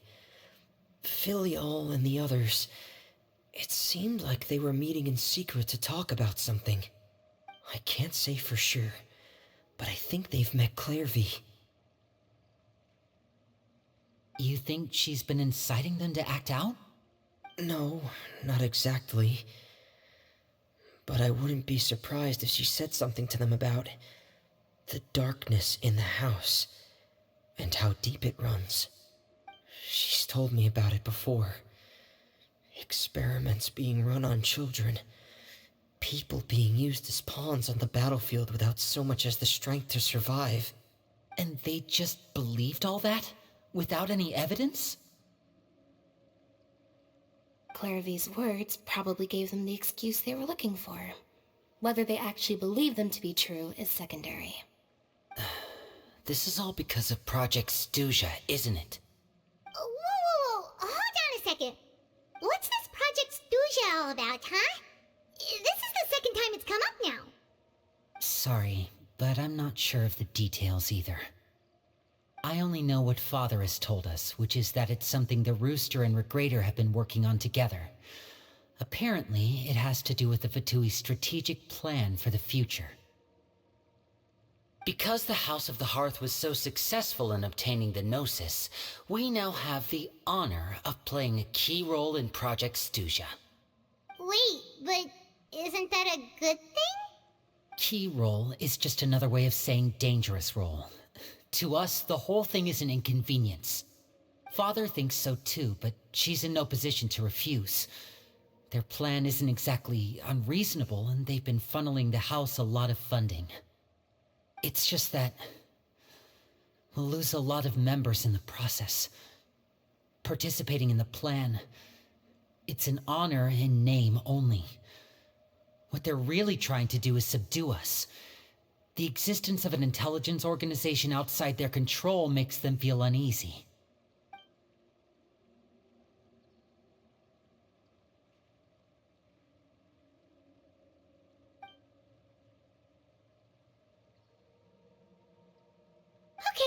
super complicated top secret Fatui business aside, what does all of this have to do with the conflicts you were talking about earlier? Paimon doesn't get the connection. External pressure has a way of exacerbating internal strife. You can't overlook the power of fear either. People are afraid of dying, and that fear is often the impetus for a lot of stupid decisions. I thought resolving the Clairvy situation would make everything go back to normal, but it looks like things are more complicated than I thought. If we leave Filiol and the others to their own devices, sooner or later, Father will be forced to take action. We can only focus on one situation at a time, brother. You're right. Even if we confront Filiol and the others, it won't do any good. It might even make matters worse. We should focus on Clairvy for now. Well, it's getting late. We should head back and get some rest. We'll try again first thing tomorrow. Lynette, you stick with me this time. Fremine, keep a close eye on Filiol and the others. Make sure they don't do anything they'll regret. Good work today, everyone. Have a good night, and I'll see you tomorrow.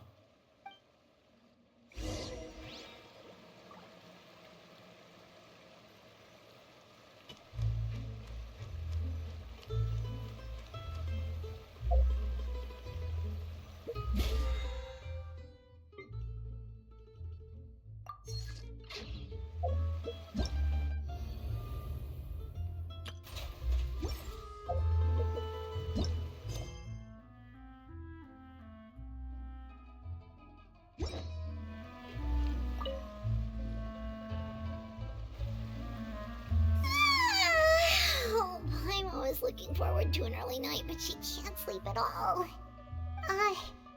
Hey, you don't think the knave will be too angry with Linny and everyone if she finds out about all this, do you? She's even scary when she smiles. If she were to actually get angry... Ooh, you have to protect Paimon if that happens, okay, Traveler?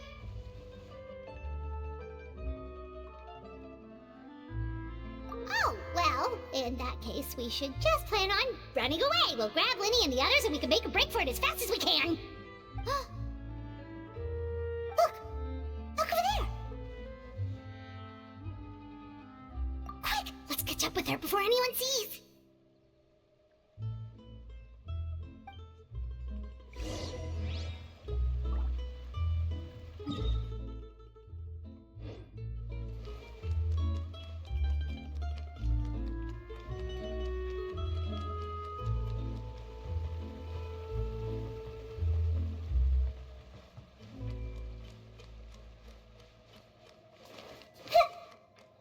Over there!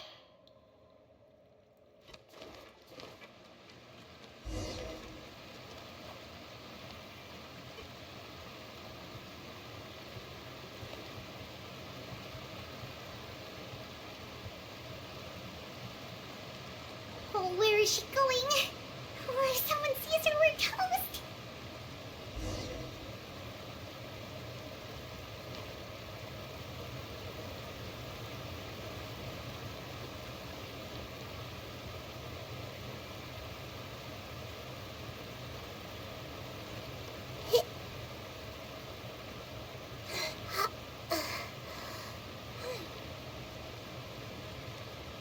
Oh, look! She stopped!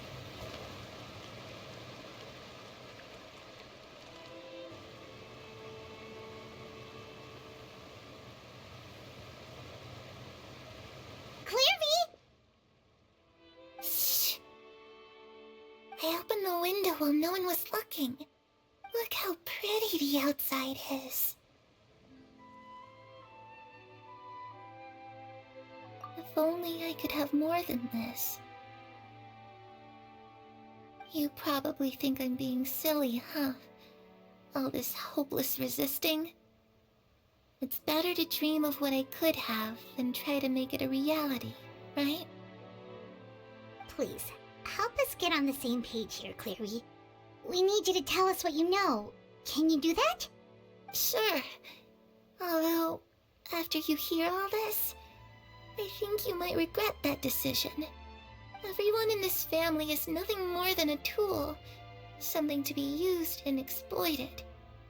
We're all expendable, including me. As long as you're useful, you get to stick around. Lose your value, and you're handed over to the doctor, experimented on, and given a fate worse than death. I've seen it happen again and again, and I've had enough. You're saying the knave did all that?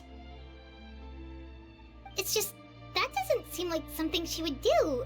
She's scary and all, but it seems like even she has lines she wouldn't cross. I knew you wouldn't believe me. Everyone thinks she's a good person. They all think of her like a real mother. Mother? But she doesn't deserve that title. She's disgraced it and tarnished it. And if I had things my way, I'd never see her again. If only Perry were here, she'd understand. Perry. There's that name again. Also, Paimon's getting a strange feeling. It almost feels like she's not really here with us. Paimon can't tell if she's actually talking to us or if she's mistaken us for someone else. Well, in any case, it seems like she really needs someone to talk to.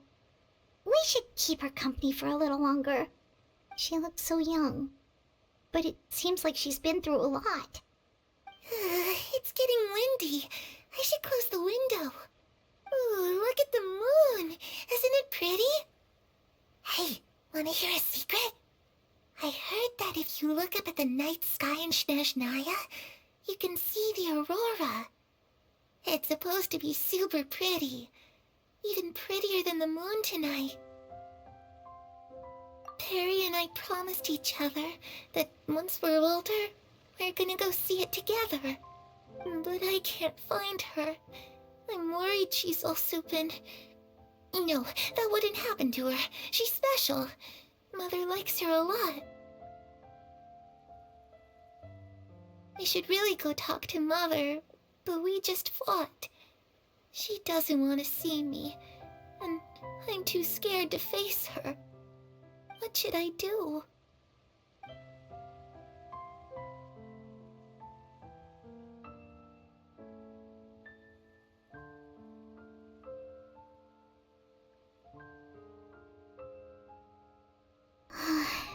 Paimon really doesn't understand what's going on with her. Well, let's head back. We've got an early morning tomorrow.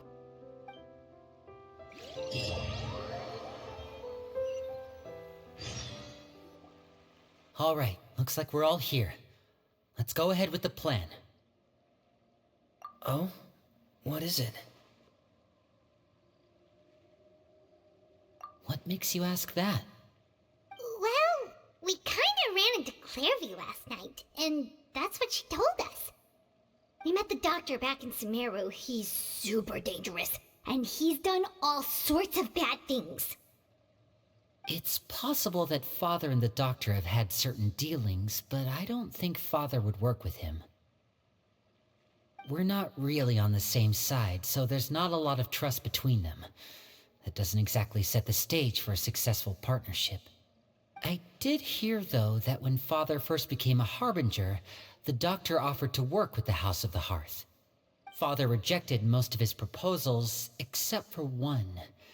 It had to do with some sort of secret experiment. Secret experiment? Could that be what Clairview was talking about? I don't think so. I don't know any details about the experiment itself, but I do know it's an entirely independent operation. The Doctor only proposed a direction for the research. That was the extent of his involvement. I still don't think that counts as working together. The details of the experiment are confidential, but complete records are kept on all participants. That doesn't seem to be the case with the situation Clairview referred to. I know you don't agree with some of the Fatui's methods, and I'm not asking you to. But I am asking you to trust us on this. The House of the Hearth has its own principles. There are certain lines we're not willing to cross. Alright, that's good to hear at least. Clairvy seems to think the knave and the doctor worked together to do something horrible. If that turned out to be true, Paimon doesn't know how he would even face you guys. It's just that it doesn't seem like Clairvy is lying either. The easiest thing to do would be just ask the knave directly, but Paimon doesn't think she'd tell us. Father didn't come back last night. She's probably still near the shore. We'll be counting on you to distract her. Lynette, you're with me. Fremine, you know what to do. Be on your guard, everyone. All right, let's get to it.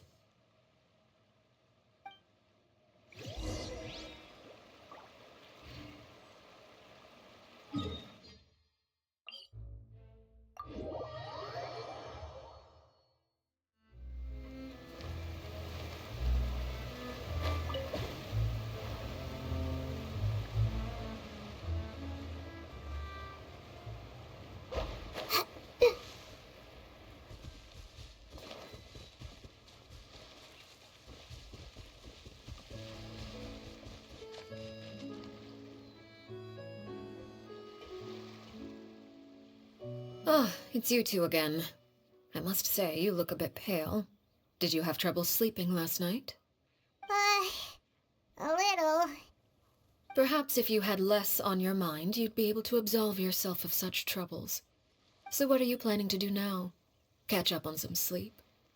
Or should I give you some time to rack your brain for a topic to discuss before I ask any questions?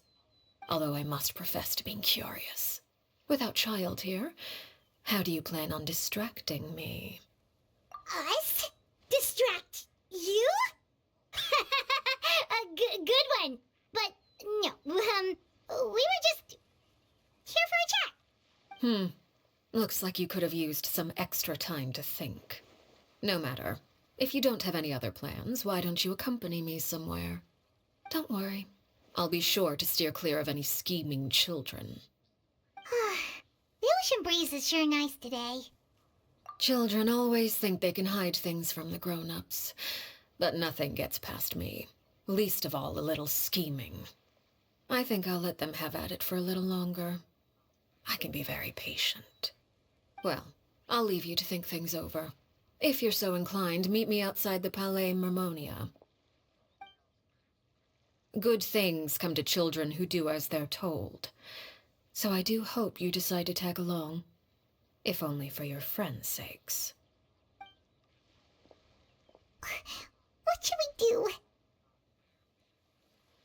She clearly knows about everything we've been doing, and Paimon doesn't think it'd be a stretch to say she was threatening us just now.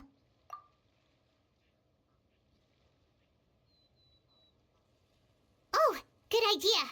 Hopefully he sees it in time. Well, we should probably head to the Palais Mermonia. Paimon doesn't want to find out what happens if we don't show up. Based on what the knave was saying just now, it sure didn't seem like it'd be anything good.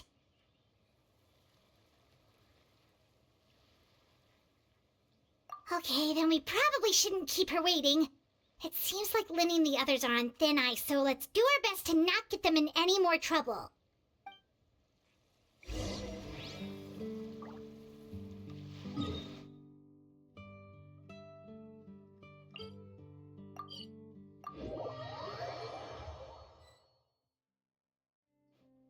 Seeing as we still have some time before my meeting, we might as well enjoy some pleasant conversation while we wait.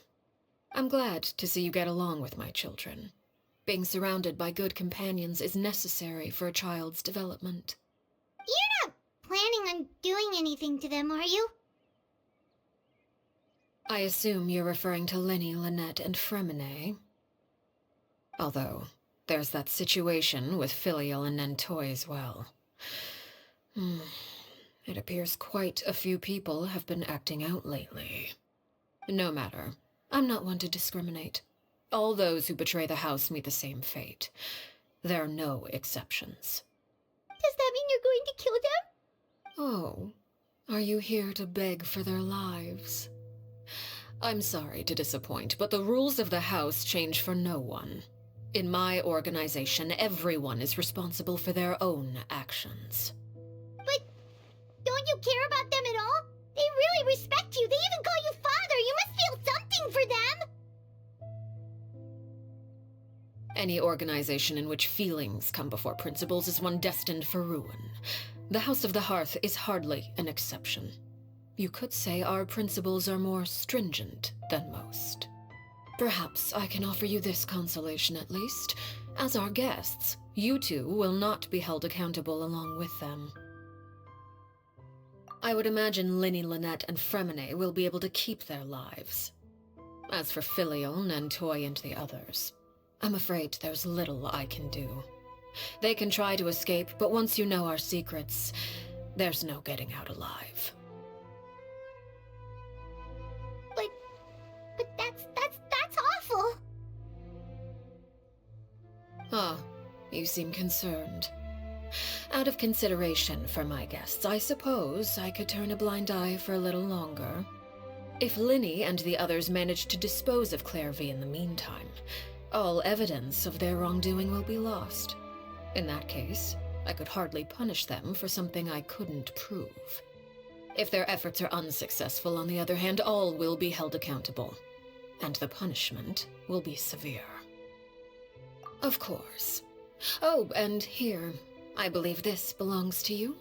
Do try and keep better track of it next time. It takes a considerable amount of time to train a bird like this. It would be such a pity if you were to lose it. Permanently. Wait, where did you get that? Well, I'm afraid that's all the time we have to chat. Now, for the matter at hand. I asked you to meet me here because I have business at the Palais Mermonia. It has nothing to do with you, but I think it would be prudent for you to stick by my side for the time being. There will always be time later to run off and tell Linny what you've learned. Well, time to go. Looks like we wrapped things up just in time.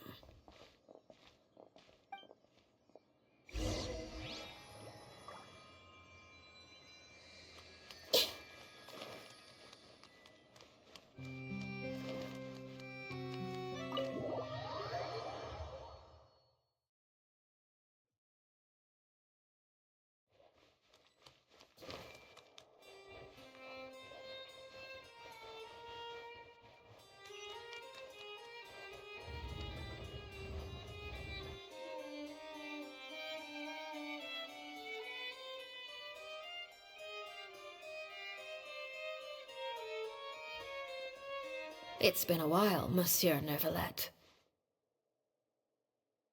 I must say, I wasn't expecting my meeting request to be approved quite so quickly. The Palais Mermonia operates with an efficiency worthy of admiration. It is only right that an esteemed diplomat such as yourself should be afforded the proper level of respect. Although, if I may speak plainly, I must confess that I did not anticipate we would have the occasion to meet again after presenting you with the Gnosis. I see you brought the Traveler and Paimon with you as well. If I may inquire as to the purpose of your visit. I'll be departing Fontaine shortly. There is, however, an outstanding matter that I would like to see resolved before I go. It requires a rather lengthy explanation, I'm afraid. So I took the liberty of explaining everything in this proposal. Please review it at your leisure, Monsieur Neuvillette.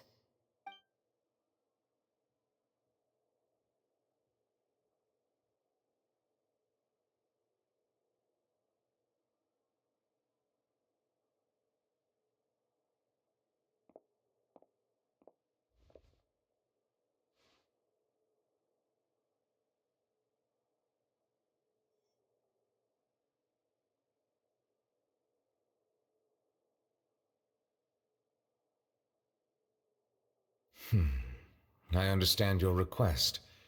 However, at the risk of causing offense, I must admit that I fail to see why you would wish for such a thing. I heard you have a certain fondness for water tasting, Monsieur Neuvillette, so allow me to use water as an analogy. A family is like a large body of water with countless rivers flowing in and out. As someone who watches over this system, I would hope that each river that flows from the source will eventually reach the ocean. Of course, objectively speaking, I know this is impossible. Most of the rivers will dry up along the way, disappearing into the ground and leaving nothing but a barren riverbed behind. Not all rivers are destined to reach the ocean, but I would not see their existence rendered meaningless. I believe the water that flows within them is simply meant for a different destination, like a field in need of irrigation. Or perhaps the glass of a certain water-tasting enthusiast. Did you get any of that, Traveler? Your words paint an optimistic picture indeed. Allow me to remind you, however, few among us are willing to sip from a glass filled with tainted water. It may have been tainted at one point in time, but not to worry. I'll make sure it's strained of all impurities and returned to its cleanest form.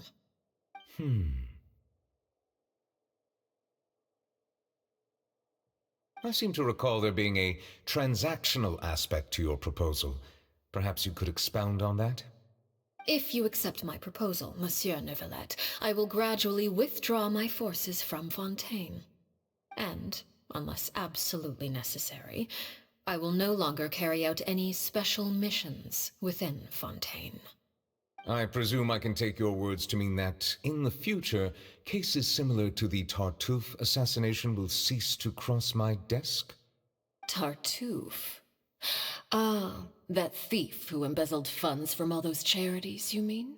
My deepest condolences to his family, but without any evidence, I cannot imagine how the House of the Hearth might have been involved in his passing. Of course, if you accept my proposal, Monsieur Neuvillette, I'm sure certain measures could be taken to reduce the frequency of such troubles. You choose your words carefully indeed. In that case, I am inclined to accept your proposal. My thanks for your generosity, Monsieur Neuvillette.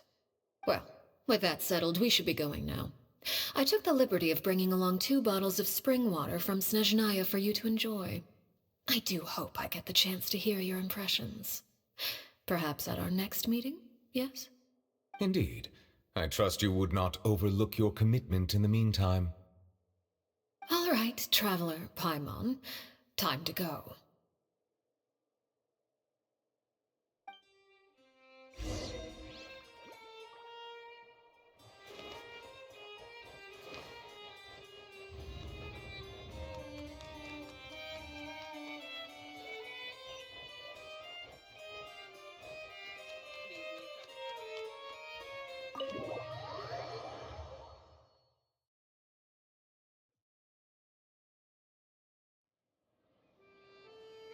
So, what exactly were you talking about back there? Paimon only heard you mention some rivers, a large body of water, and then some kind of irrigation scheme. You really want to know? I would imagine there might be more pressing concerns at the moment. Winnie, Paimon really hopes everything's going okay.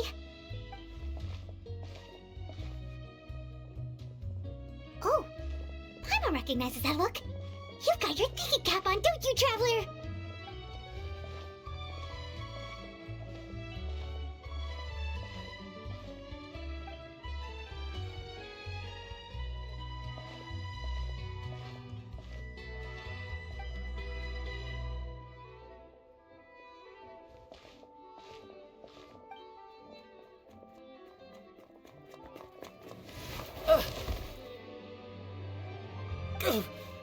Oh, shoot. Are you alright? Oh, jeez. I'm so sorry. I was so focused on selling these papers, I wasn't looking where I was going.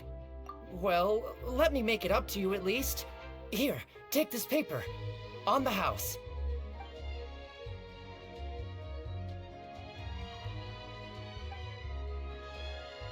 Oh, you don't have to give us anything.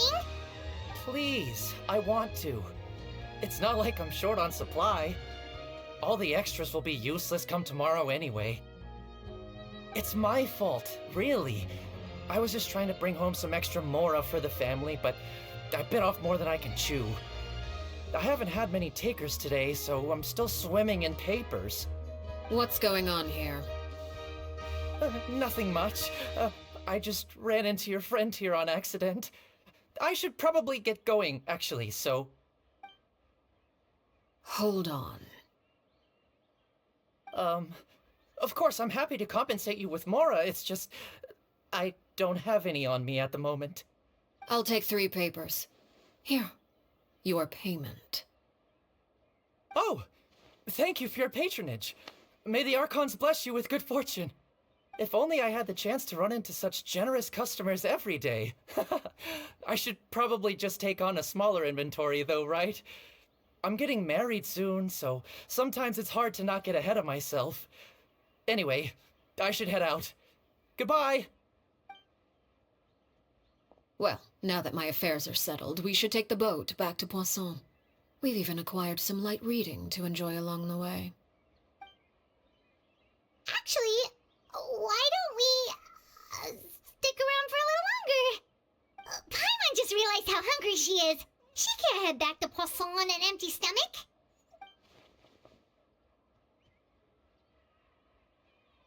It appears you two are under the impression that delaying our return will somehow alter the situation in your favor. I'm sorry to ruin your fantasy, but your efforts are meaningless. That being said, I could be persuaded to give Linny some extra time. I just have one condition. If you agree to my request, I'll even answer some of your questions. You're quite curious about Clairvy, are you not? And my relationship to her. Wait, why are you being so generous all of a sudden? You're not gonna ask us to do something bad, are you? You overestimate yourself. You don't have the talent for bad things. Then what can you possibly... The most important consideration in a negotiation is that both sides receive something they want. Demands and threats only get you so far. Wonderful. Here it is. When the time comes, make the choice that you deem most appropriate in the situation, and lend your help to the House of the Hearth. Okay, sounds normal enough. But what do you mean, when the time comes? When is that supposed to be? That is for you to decide. Then we have a deal. Follow me.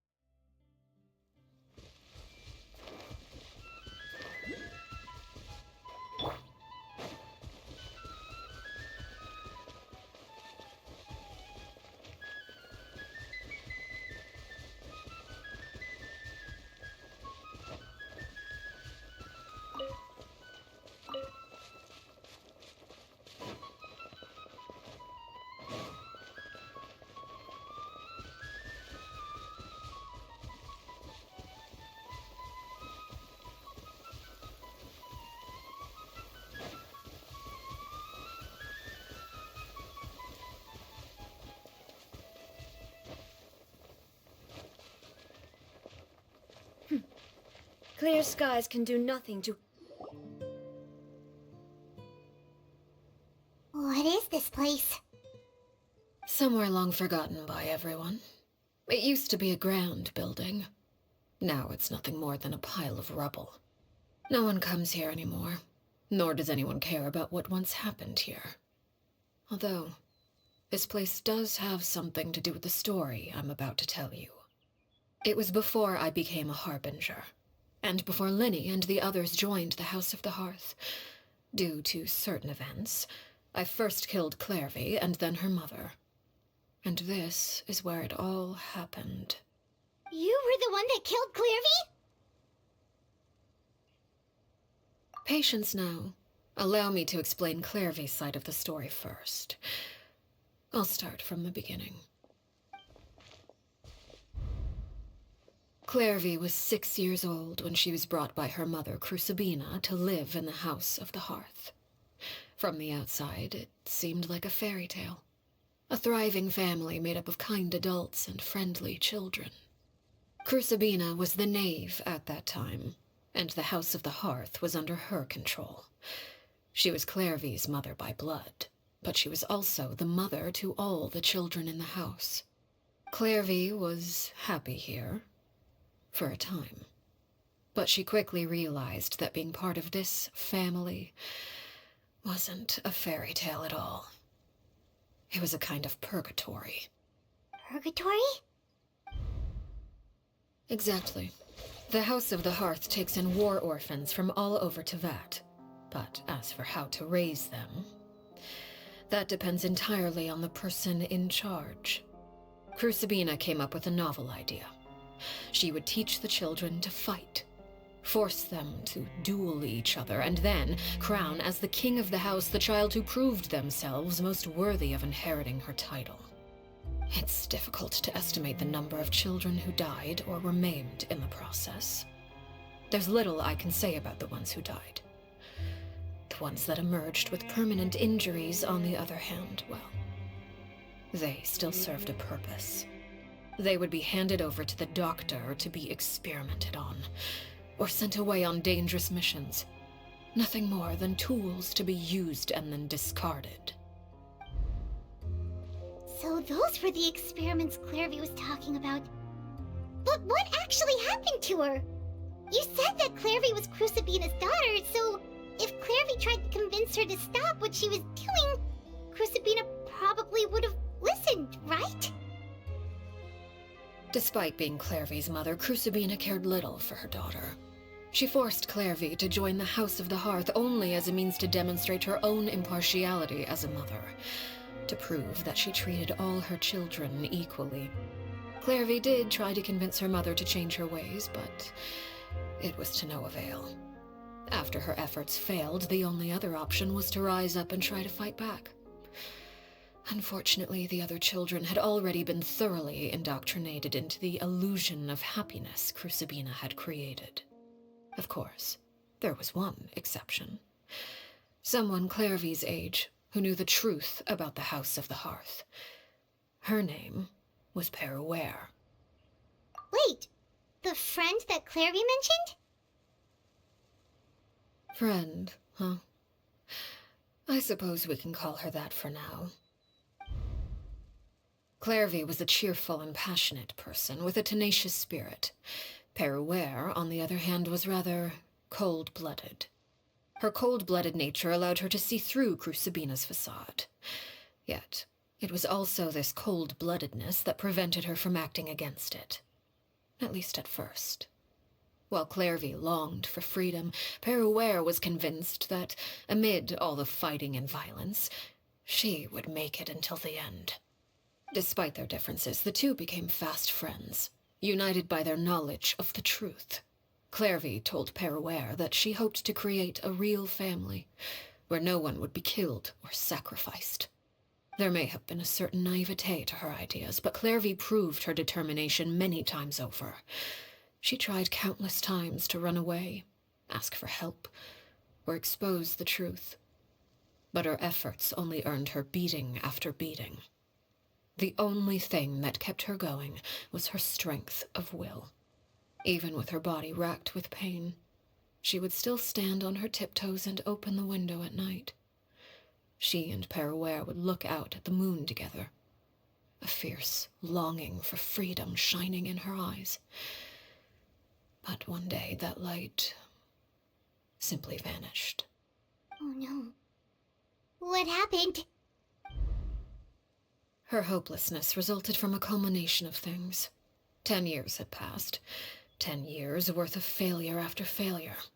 She and Peruere weren't children anymore, but finding any chance to escape still seemed as hopeless as ever. It was during this time that Peruere suggested a new plan. If escaping was out of the question, why not take down the very person sitting on top of this throne of lies? Mother herself. Clairvy rejected that proposal. She claimed that, as a famous harbinger, Crucibina possessed an unimaginable amount of power. Trying to kill her would have an incredibly low chance of success. Clairvy never gave another reason, but Peruere could see it written all over her face. Clairvy still thought of Crucibina as her mother. Killing her own flesh and blood was a line she couldn't bring herself to cross. If she couldn't escape and fight back, then only one option remained. Precisely. Death was the only way that she felt she could be free. It happened during a duel. When she arrived at the dueling ring that day, her partner turned out to be none other than Peruere, the very person that had stood by her side all those years. It was a fierce battle, but ultimately, Clairvy decided to let Peruere end her life. From that moment on, Peruere's journey was one written in flames. When the rain finally came and washed it all away, there she stood, the sole victor in Mother's endless game of slaughter, a trail of corpses strewn across her path to success. It was the very result she had predicted 10 years prior. Even then, she believed she would make it until the end. She wasn't surprised by the fact that she emerged as Mother's undisputed heir. Rather, her success left her with an inexplicable sense of restlessness. She was unsettled, and there was only one thing that could quell that sensation. Perhaps you two would like to take a guess as to what it was? Crucibina, you mean? But... Correct. This is the place where Peruere killed her best friend. A mere year later, this is also the place where she fought tooth and nail to kill the mother they shared. The moment she acted, any conception of what was right or wrong ceased to matter. It's one of the principles of the house. Only those who survive get to write the rules. Peruere won the battle, and became a harbinger herself. After which Her Majesty, the Tsaritsa, bestowed upon her a new name. Arlecchino. So the Perry Clairvy was talking about... It was you all along. You're Peruere. Arlecchino is just a name you got later. I left that name behind long ago. I must say, hearing it now does bring back memories. After I defeated Crucibina, the moniker of Mother died with her. I chose to forego the title she called herself, and even chose to give up my own name.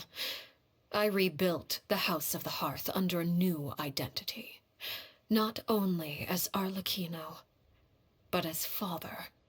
And that is where the story ends. Any more questions? Yeah. Based on what you just told us, Clairvy wasn't a little kid when she was killed. So the Clairvy we met... Was she really a spirit at all? I suppose you could call her an illusion born of flame. Her existence is like ashes to a fire. Something left over in the wake of blaze and ruin. You see, a certain power runs through my veins. It's not unlike a curse. My flames leave behind shadows of anything they consume. Of course, the chances of those shadows morphing into a sentient entity are exceedingly slim. Clairvy is a very special case. Clairvy died when she was 16 years old, but what emerged from the flames was her 6-year-old self. Her appearance wasn't the only thing affected. Most of her memories were lost to the blaze as well.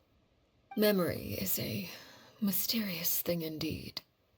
Losing a portion of your memories will alter your sense of self. Lose 10 years' worth, however, and it would be like living in the past. Like returning to a version of yourself that never grew up. No wonder Paimon got such a weird feeling when we were talking to her. Perhaps I should put it this way. Clairvy is someone trapped in time. It may seem like she exists with us in the present, but she truly lives in the confines of her own past. So if all of that is true, then you must have known about Clairvy for a long time. Indeed. She's a rather Volatile and unstable entity. Sometimes she would look after the children. She's even saved some of their lives. But other times, she would hide from me and become obsessed with revealing the truth about the house to anyone who will listen. Shadows don't have the capacity to learn or grow. Any new information they encounter is quickly forgotten over time. Your attempts to expose Clairvy to sunlight, they failed, yes? The reason is actually quite simple.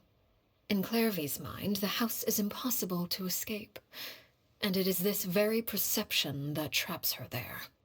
But no matter. All I have to do is kill her again, and all will be resolved. I don't anticipate so much as a single speck of ash will be left behind this time. Wait! Paimon can understand why you might want her gone, but isn't there another way?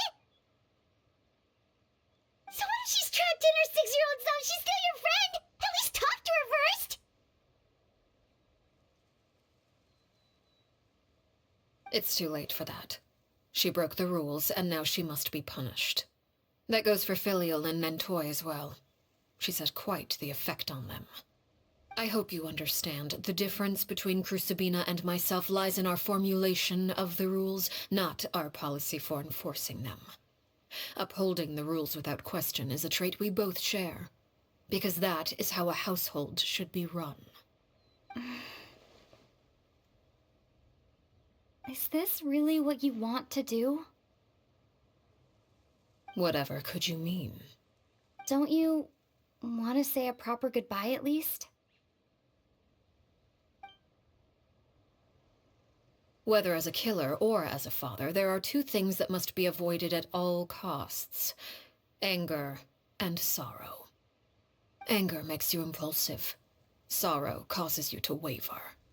Well, it appears it's about time to proceed. Before we arrived, I told some of my well-behaved children to bring our troublemakers here by nightfall. I do believe I've kept my end of the deal. I gave your friends quite a bit more time. As for what happens now, we'll just have to wait and see.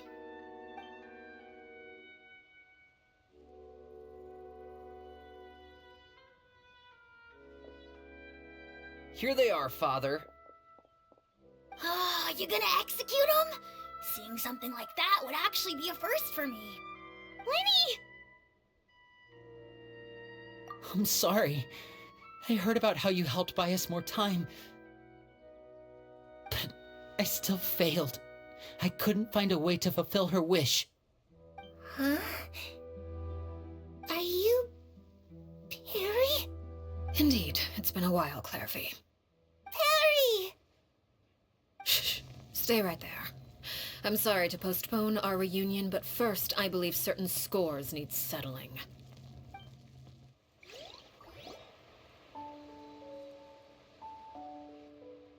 Father, let me explain. Out of my way. Father! You chose to conceal a threat to the house, and for that, you must be punished. Overall, however, I suppose your wrongdoing is hardly the most egregious of the bunch, so I'll deal with your punishments later. As for right now, the more pressing concerns are the traitors among us. By traitors? Do you mean us? Father, let me explain. We didn't mean to... Fultz, why don't you share what you heard? Yes, Father. Secret Midnight Meeting number 3. Participants: Filial, Nantoy, Sato, Toddy. Nantoy clearly said, "If only Father wasn't the one who took us in." Sato added, "I'm sick of this life. I just want to live as a normal person." Filial was the worst of them all. She called us crazies and said a bunch of mean things about Father. I did not! You're lying! Fultz is trying to frame us!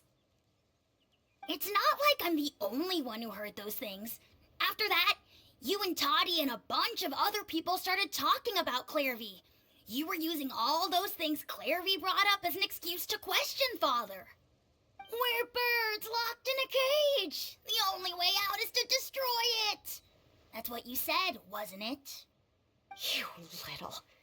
You just want me gone, don't you? What did I ever do to you, huh? And you, Sheplo, have you forgotten who stood by your sickbed, watched over you, and changed your dressings? Come on, let's hear it then. What's your reason for all this?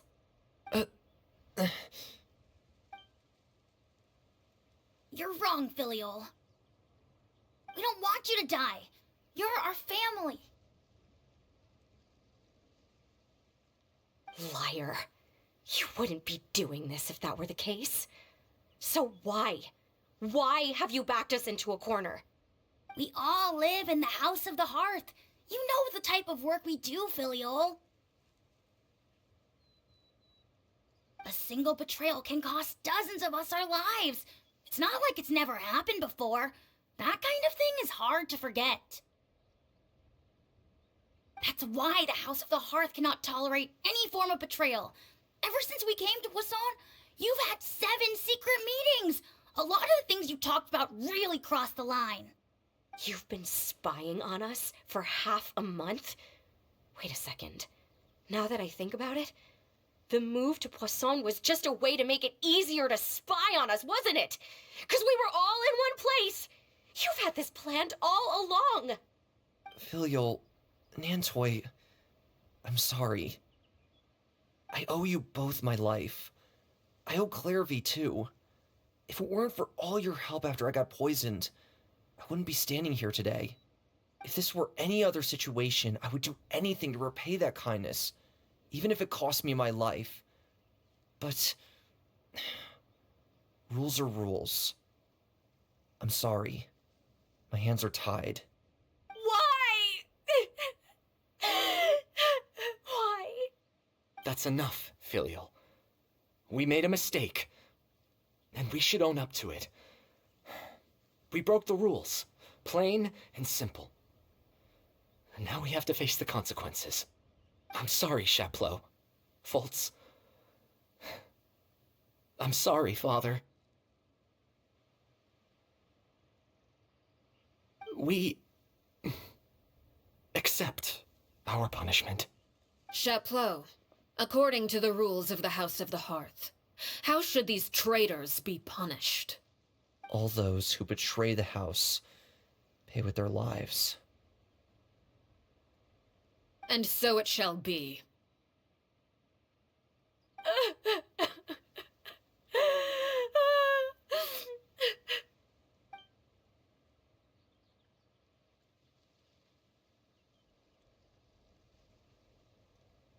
Father, please wait! Something you want to say, Linny? Please reconsider, Father. What Filial and the others did, does it really count as betrayal? We all come from broken families. From the very first day we joined the House of the Hearth, we wanted nothing more than to make it a real home. But the truth is, none of us know what a real home should look like. I'm not saying I have all the answers. All I know is this. Killing Filial and the others may uphold the rules, but doing so will only bring us further away from being a real family than we've ever been. So please, Father, please, reconsider. I agree with Linny. Father, please. Linny, you...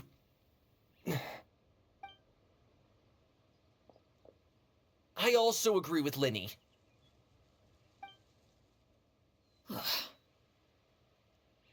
An order once given cannot be rescinded. However, given the extent of your determination, I suppose we shall have to go about this a different way. Draw your weapons and face me. Our weapons? Father, are you referring to a duel? Precisely. The rules of the house will not be altered. Traitors must be punished. However, resolving disputes with a duel is also one of our rules, one that also applies to me. Demonstrate a sufficient showing of strength, and I shall offer a concession. Wait. Beat Father in a duel? Impossible. Father is way too strong, even for Lenny.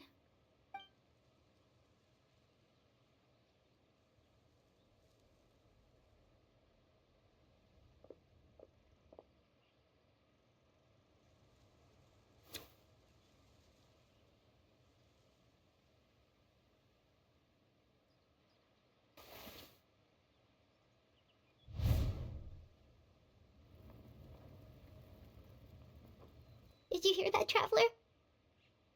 Lenny and the others have to duel the knave. What should we do? Can they really win something like that? If they lose, those people from the house are really gonna be executed. Hey, are you listening?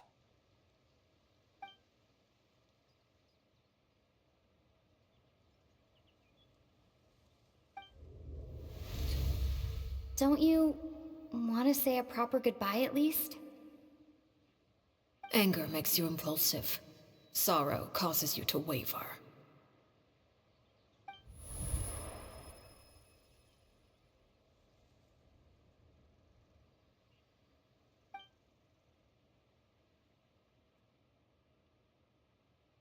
Oh, looking at that expression on her face, she seems really serious about this.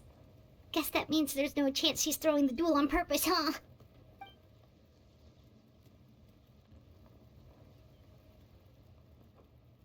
When guests are around, families are often on their best behavior. And any disputes are less likely to escalate. When the time comes, make the choice that you deem most appropriate in the situation, and lend your help to the House of the Hearth. What's wrong, Traveler? Hey, where are you going? Traveler? You're asking to join the duel against the knave? I'll allow it. We do have a ready-made dueling ring at our disposal, after all. All I would advise is this. Keep a firm grasp on your weapon, and give it your all. Any less, and you may just lose your life.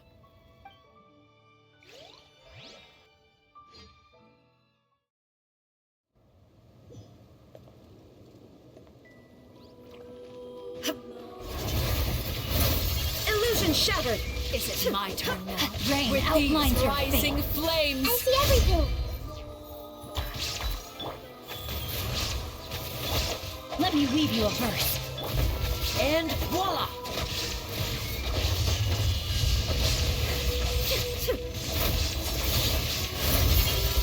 Is it my turn now? Ha! Shine down!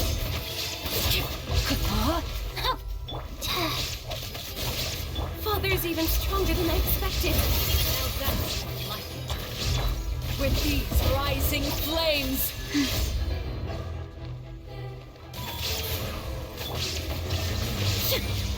Orders given. Orders received. Rain outlines your fate. I really have to draw my blade. Then...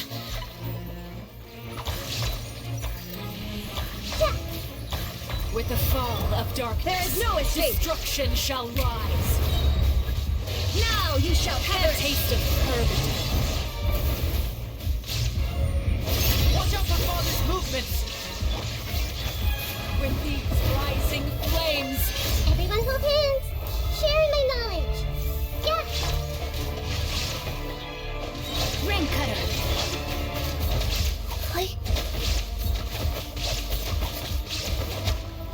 Over here.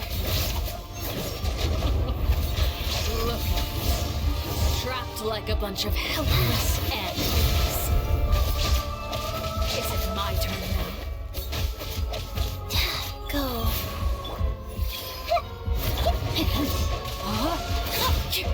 Try to pace yourself.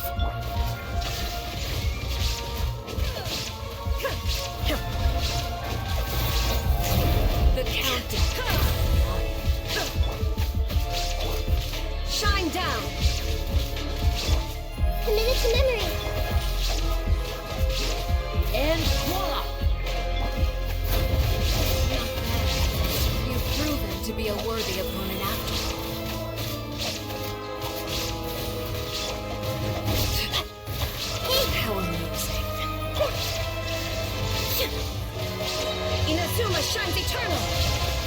even stronger than I expected.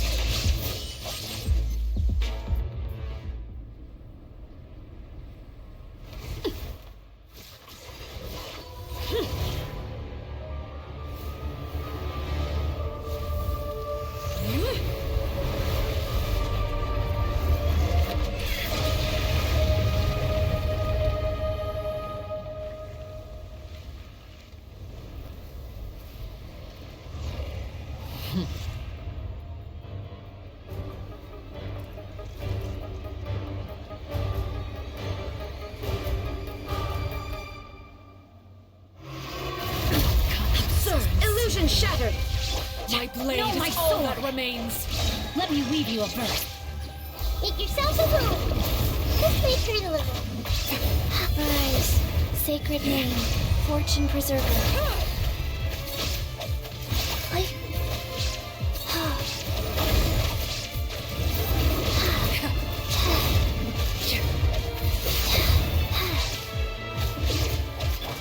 Shine down!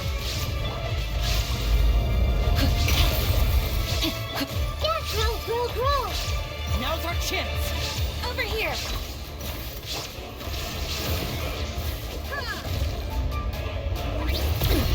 Insolent.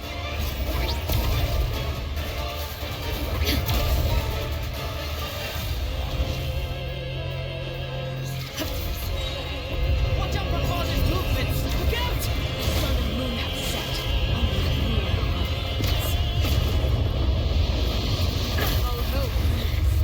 Only The mortal plane. A fleeting dream.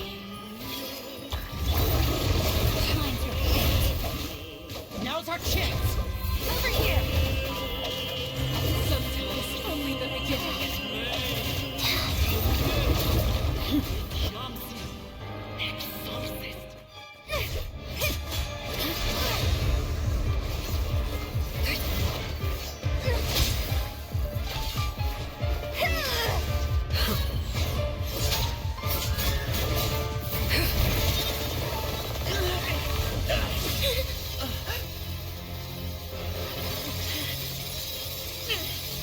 You should know better than to crowd in one place.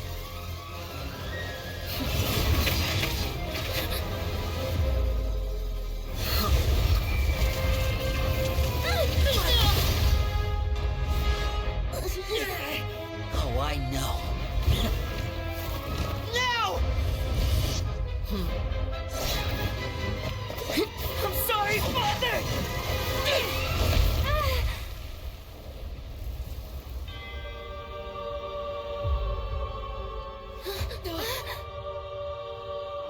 Sorry for what? This pitiful excuse for an attack.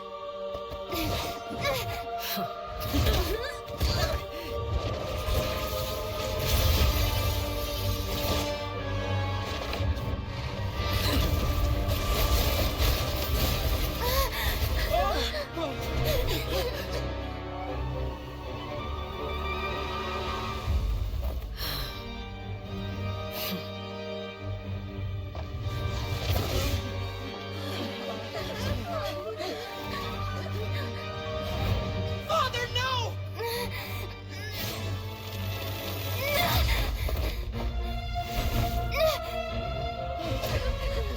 Made it out, did you?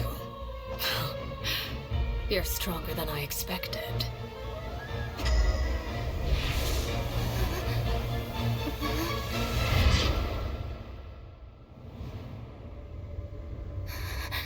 Crimson Moon. I can't move.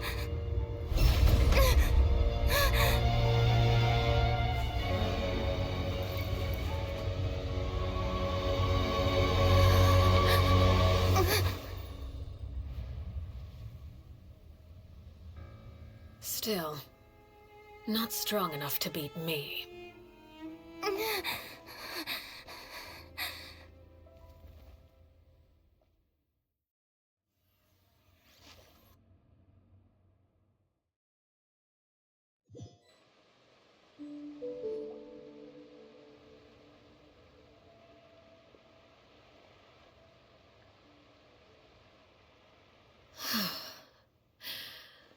I believe we can end things here.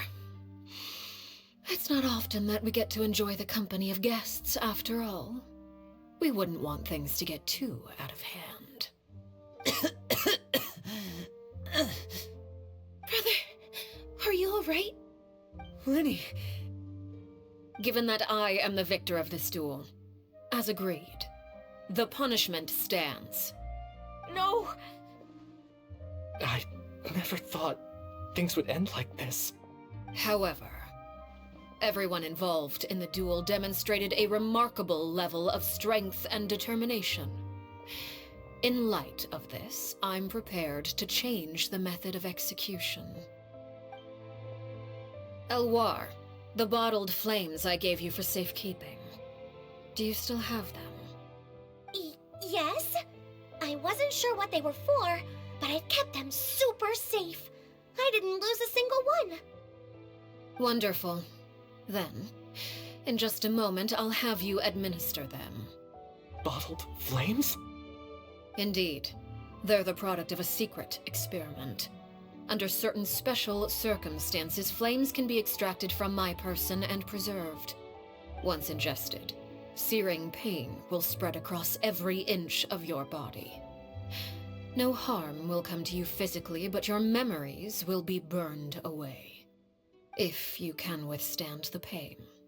When you awake, you'll have forgotten everything you know about the House of the Hearth, and will be expelled from the organization.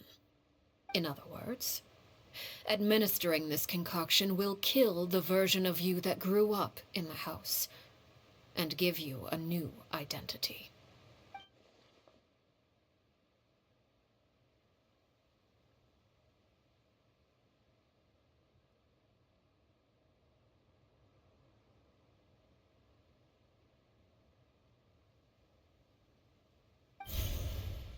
Memory is a mysterious thing indeed. Losing a portion of your memories will alter your sense of self.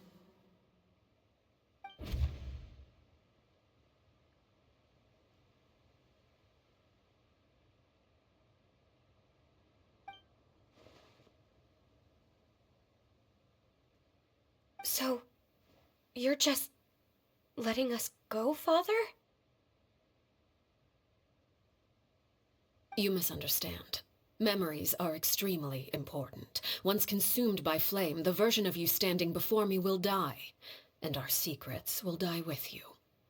So no, I don't intend to just let you go, because the person who survives will be nothing but a stranger. Even so, I won't have to live in fear anymore. I'm sorry, Father. I'm sorry I let you down, but I really... Don't cry, Filial. You haven't left the house yet, so there are still rules to be followed, yes. Remember what I taught you. Anger makes you impulsive, sorrow causes you to waver. Don't let yourself be controlled by your emotions. Of course. I'll remember. Dry your tears, and go pursue the life you really want. Yes, Father.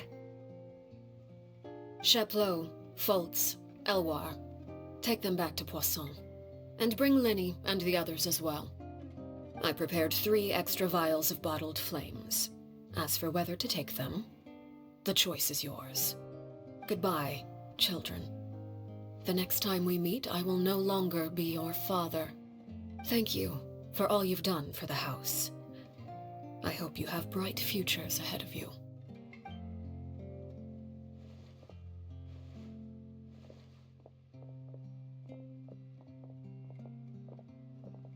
Father.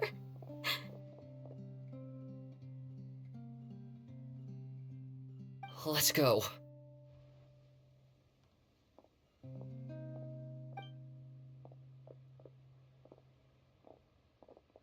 Here, grab my arm, Linny. I'll help you walk back. Thank you.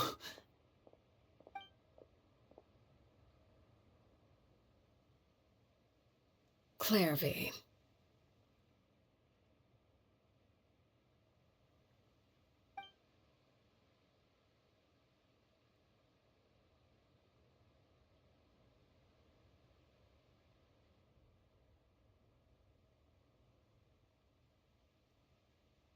Can we talk now? I've been waiting for a super long time. You really are Perry, aren't you?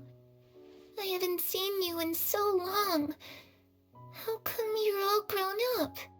Wait, did I somehow travel to the future on accident? Or am I dreaming? What a long dream. Neither. You died, Clairvy. That's what happened. You could have at least sugarcoated it a little. Look, she's so speechless.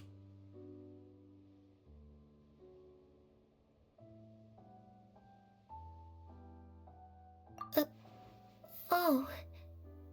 Okay then. Huh? That's it? You accepted it just like that? Yep. If that's what Perry says happened, then I believe her. Perry wouldn't lie to me. Plus, I don't really need to know why I'm like this. I'm more curious about what happens in the future. If you're a harbinger now, Perry, that means Mother is gone, isn't she? Can you tell me about it? I want to know what happened to her. And to me. You never stopped trying to defy fate. At first, no one believed you. You could only vent your frustrations to the moon. In fact, you often sought comfort in the night sky. You wanted to see the aurora, so one night we promised each other we would go to Snezhnaya to see it together. Later on, you tried to run away, but you were brought back each time. Mother spared your life, but it wasn't out of kindness. Instead, she decided to make an example of you by slowly torturing you over time. That way, the other children would know what happens to traitors. Still, you never gave up. Mother hoped that through ruthless duel after ruthless duel, she would be able to crown an ultimate victor among the children she raised. But you called on everyone to unite, to fight to a draw in order to reduce casualties. Your efforts may have only delayed the inevitable, but still. You gave them hope. You tried everything you could think of, but every attempt ended in failure. Still, you never turned your sword on Crucibina, and you never turned it on me. On that gloomy day, you told me, "For the last 16 years of my life, I've done everything I can to fight for freedom. But now, I realize that the only freedom I truly possess is the freedom to choose to die." I never imagined I would say something like that. I must have been feeling really worn down. But somehow, I still think I understand. According to Mother's plan, only one of us was going to make it until the end. And I always hoped that person would be you. If I could do it all over again, I still don't think I would make a different choice. Even when I first met you, I knew you'd be able to do what I couldn't. Is that so? Even now, I'm not sure I truly understand what kind of freedom you are trying to pursue. But as the head of the House of the Hearth, and as the children's father, I've tried to give them the most basic of freedoms. The freedom to choose their own fate. It's something I discussed with the Eudex of Fontaine. The children who want to leave the house will have their memories wiped clean of all secrets pertaining to the organization. In return, they will be allowed to live a normal life in Fontaine without being prosecuted for their past. Of course, I won't simply hand freedom to them on a silver platter. They have to fight for it and prove themselves worthy of it. Only freedom that is earned has true value. That's more than enough. That's exactly the kind of life I was fighting for. You know, Perry, I think you're a pretty amazing king, and a really great father, too. I'm really happy that you're the one who took over the house. I guess I do have one regret, though. I still haven't seen the outside world. Well, it just so happens that our dear guests over here have been to many nations and traveled to countless places. Perhaps they would be willing to tell you what the outside world is like. Really? Of course! We've traveled all over the place. We've got so many stories, we could probably talk your ears off for 3 days straight.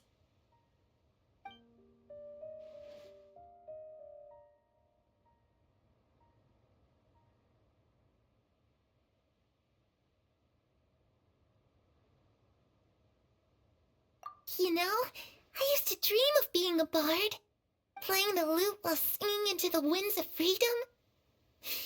Even if there was no one there to listen, I would have continued to sing no matter what.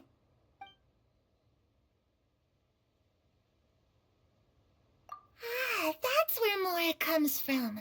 I never knew that before. If I had some Mora, I would buy 3 new dresses. One for me, one for Perry, and one for Mother. It's just too bad Perry doesn't like wearing dresses. And Mother, well, she probably wouldn't accept something like that either. I guess I'd just have to keep them all for me then. I could wear a different one every day.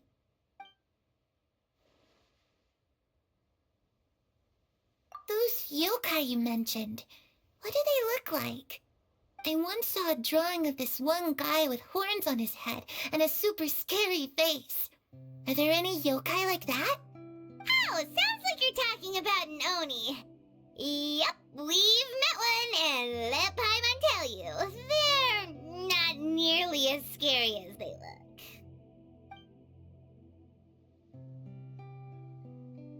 I was always too afraid to skip Mother's fighting lessons. But at the academia, I bet you could do all sorts of secret things in class. Things that have nothing to do with studying. I'm just kidding. Being able to study whatever you want without having to fear for your life actually sounds pretty great.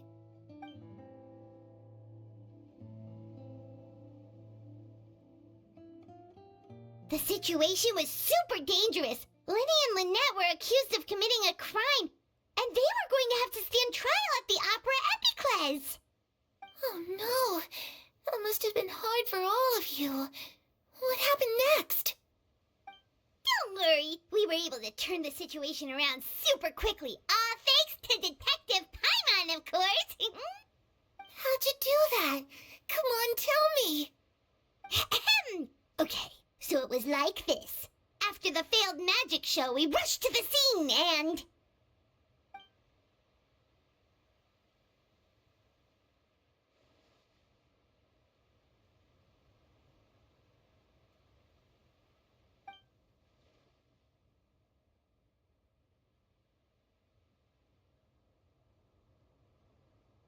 Shadows don't have the capacity to learn or grow. Any new information they encounter is quickly forgotten over time.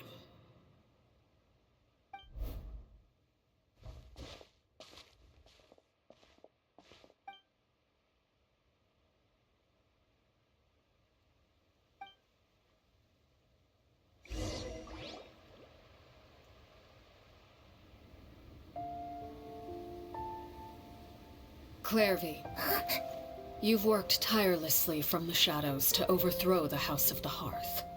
Now, by my authority as the Knave, I shall announce how this matter ends. You are hereby expelled from the House of the Hearth. You are no longer tied to this place, nor are you bound by its rules. You're saying that I can finally leave? I get to experience the outside world as well? Oh, I almost forgot. There's no getting older for me. Still, seeing who you grew up to be makes me really happy, Paraware. Take care of yourself. Goodbye. May we meet again someday.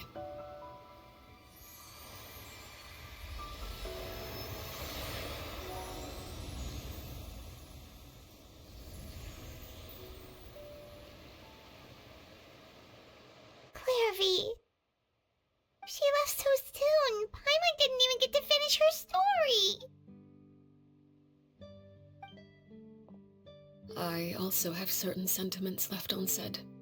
I wanted to tell her that the aurora I saw in Snezhnaya was just as beautiful as the ones in the pictures. But a shadow's memories reset at dawn.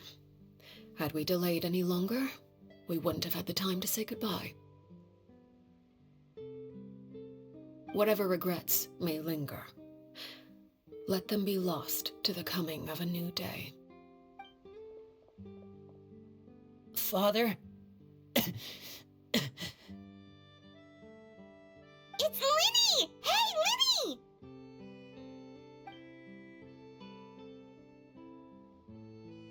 What is he doing back here? Let's go check it out.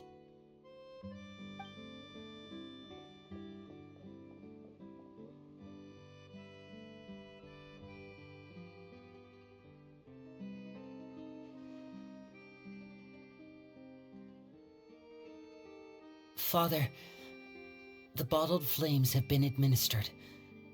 Filial and the others have left the house. And you? What have you decided? Thank you for giving us that choice, Father. But we never wanted to leave the house. It's the only home we've ever known. Lynette and Fremine feel the same way. They're recuperating back at the Hotel Bouffe d'été. But I decided to come back and tell you where we stood. I'm sure you're well aware of the expectations I have for you. I want you to follow in my footsteps and become the next king of the house. Yet you seem to have different ideas. I must admit, I'm rather surprised by your decision to stay. There's nothing wrong with choosing to live a quiet life. Leading this organization is a heavy responsibility, one not so easily carried by someone forced onto the throne. I just never understood what you saw in me. What made you believe I was deserving of that throne? You're brave, talented, and, most importantly, you cherish your family. You would do anything to protect them, even if it costs you your life.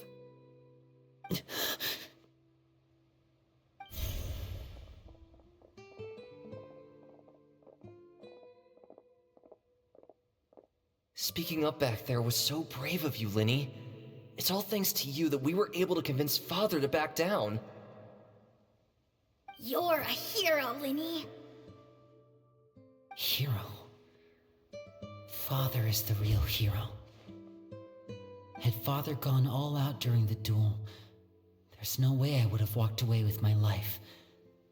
She must have had it all planned from the beginning, from the very moment she suggested a duel. I'm not deserving of that title. I'm not strong enough or smart enough. You're wrong. In my opinion, all you need to be deserving of the throne is conviction and the necessary strength to act on it. We may have different ideas of what it means to be a family, but you can hardly be said to lack conviction. What you truly lack is strength. For someone of your talent, though, that's something that will come with time. Even without that strength, you still chose to face me in a duel, even though the odds were stacked against you. That capacity to honor your convictions is what I truly see in you. Father. No one knows what the future holds, what tragedy or triumph may be in store. Being at the head of this organization requires the strength of will to face whatever comes. Caution will only hold you back. If reaching a certain standard were required to go after what you want, I would never have succeeded in killing my predecessor. Back then, there was still a considerable gap between our abilities. Strength may decide the ultimate victor, but those who let a lack of strength dictate their decisions or undermine their convictions will never be worthy of the throne. I understand, Father. Thank you. Children must grow up to surpass their parents. Only then can a family continue to flourish. The road ahead is not an easy one, so I'll ask you one last time. Are you certain you want to stay? You've done so much for me, Father, and that kindness must be repaid. Plus, with Project Stuja at hand, there are many dangers ahead, and I, for one, don't intend to back down. Protecting my family at all costs. That's my conviction. Then you're welcome to stay. As for Project Stuja, you need not be too concerned. If those cowardly businessmen and heartless dignitaries try to take us down, I'm prepared to teach them a lesson. Having members who longed for the light was our organization's last weakness. With those members no longer among our ranks, the House of the Hearth is like a spider hiding in the shadows. We need only wait for our prey to come to us. At present, our imperative is to use their plan to our advantage. In doing so, a crimson moon shall rise amid the frigid blizzards of winter.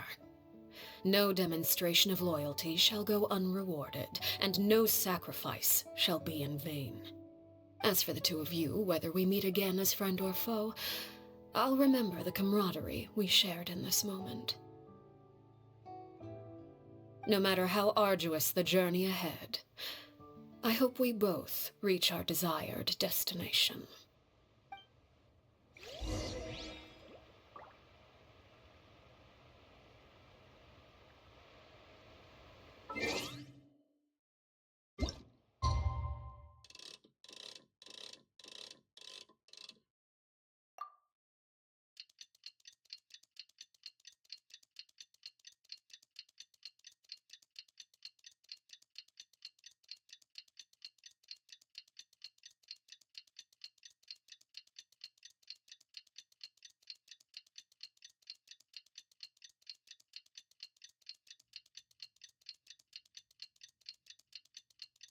Didn't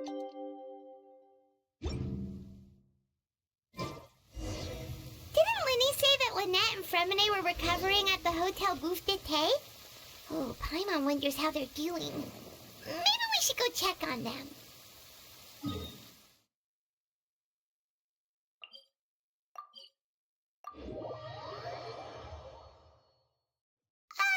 By the way, we really are just going to talk, right?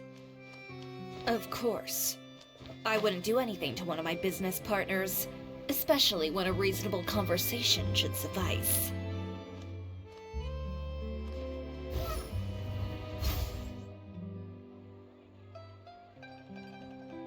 Lynette, Fremine, how are you feeling? Much better. Whew, what a relief. What about you? Are you feeling alright? I knew you'd come out unscathed. Us, on the other hand, well, we've been bedridden for 2 days. I couldn't even turn over. Oh, and I wanted to ask, is Clairvy gone? Linny and the other members have left Poisson and returned to the House of the Hearth. According to him, there haven't been any more sightings of a spirit roaming the house. I see. I'm glad.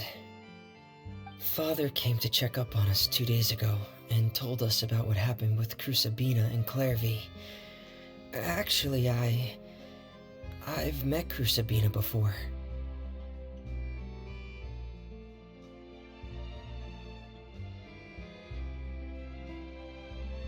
Wait, what? You've met the former knave? Crusabina died a year after Clairvy. It was during the year between their deaths that I joined the House of the Hearth. Crusabina had an extremely cruel and radical way of doing things. While she was alive, the atmosphere in the house was suffocating.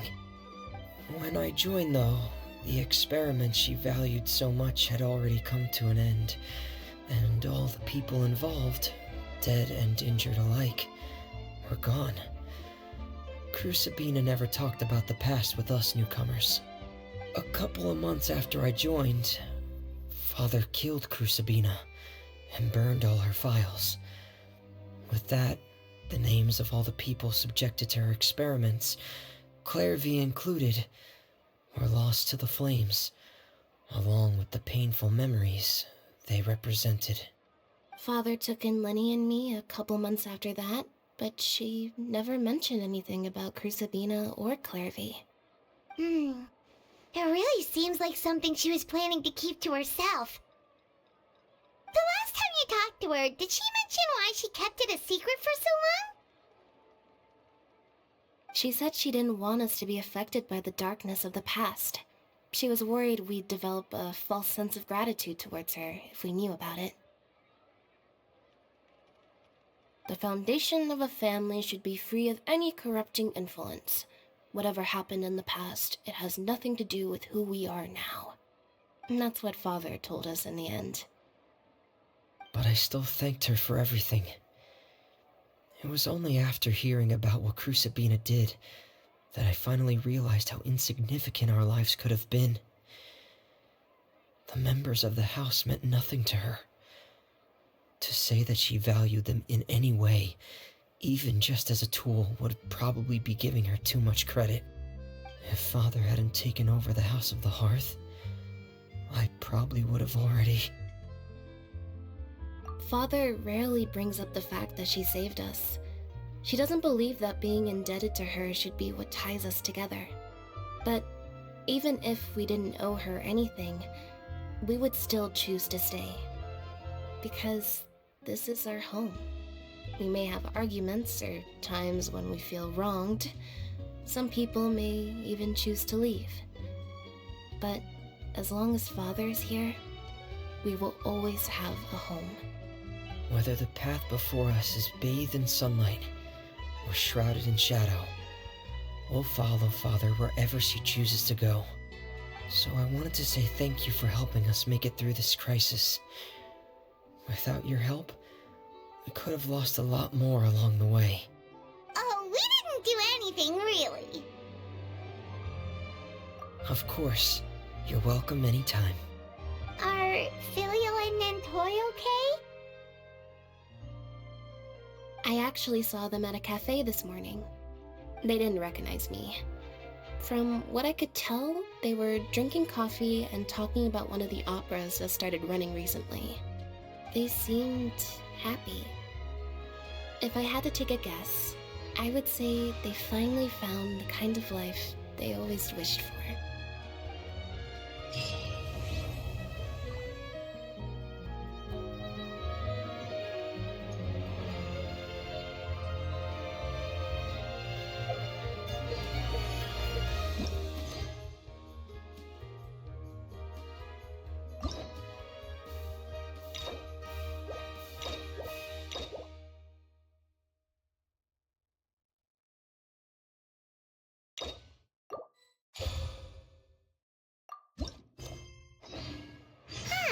We haven't seen our Sumeru friends for a while now. Paimon wonders how they're doing. Let's go to Sumeru City and catch up with them.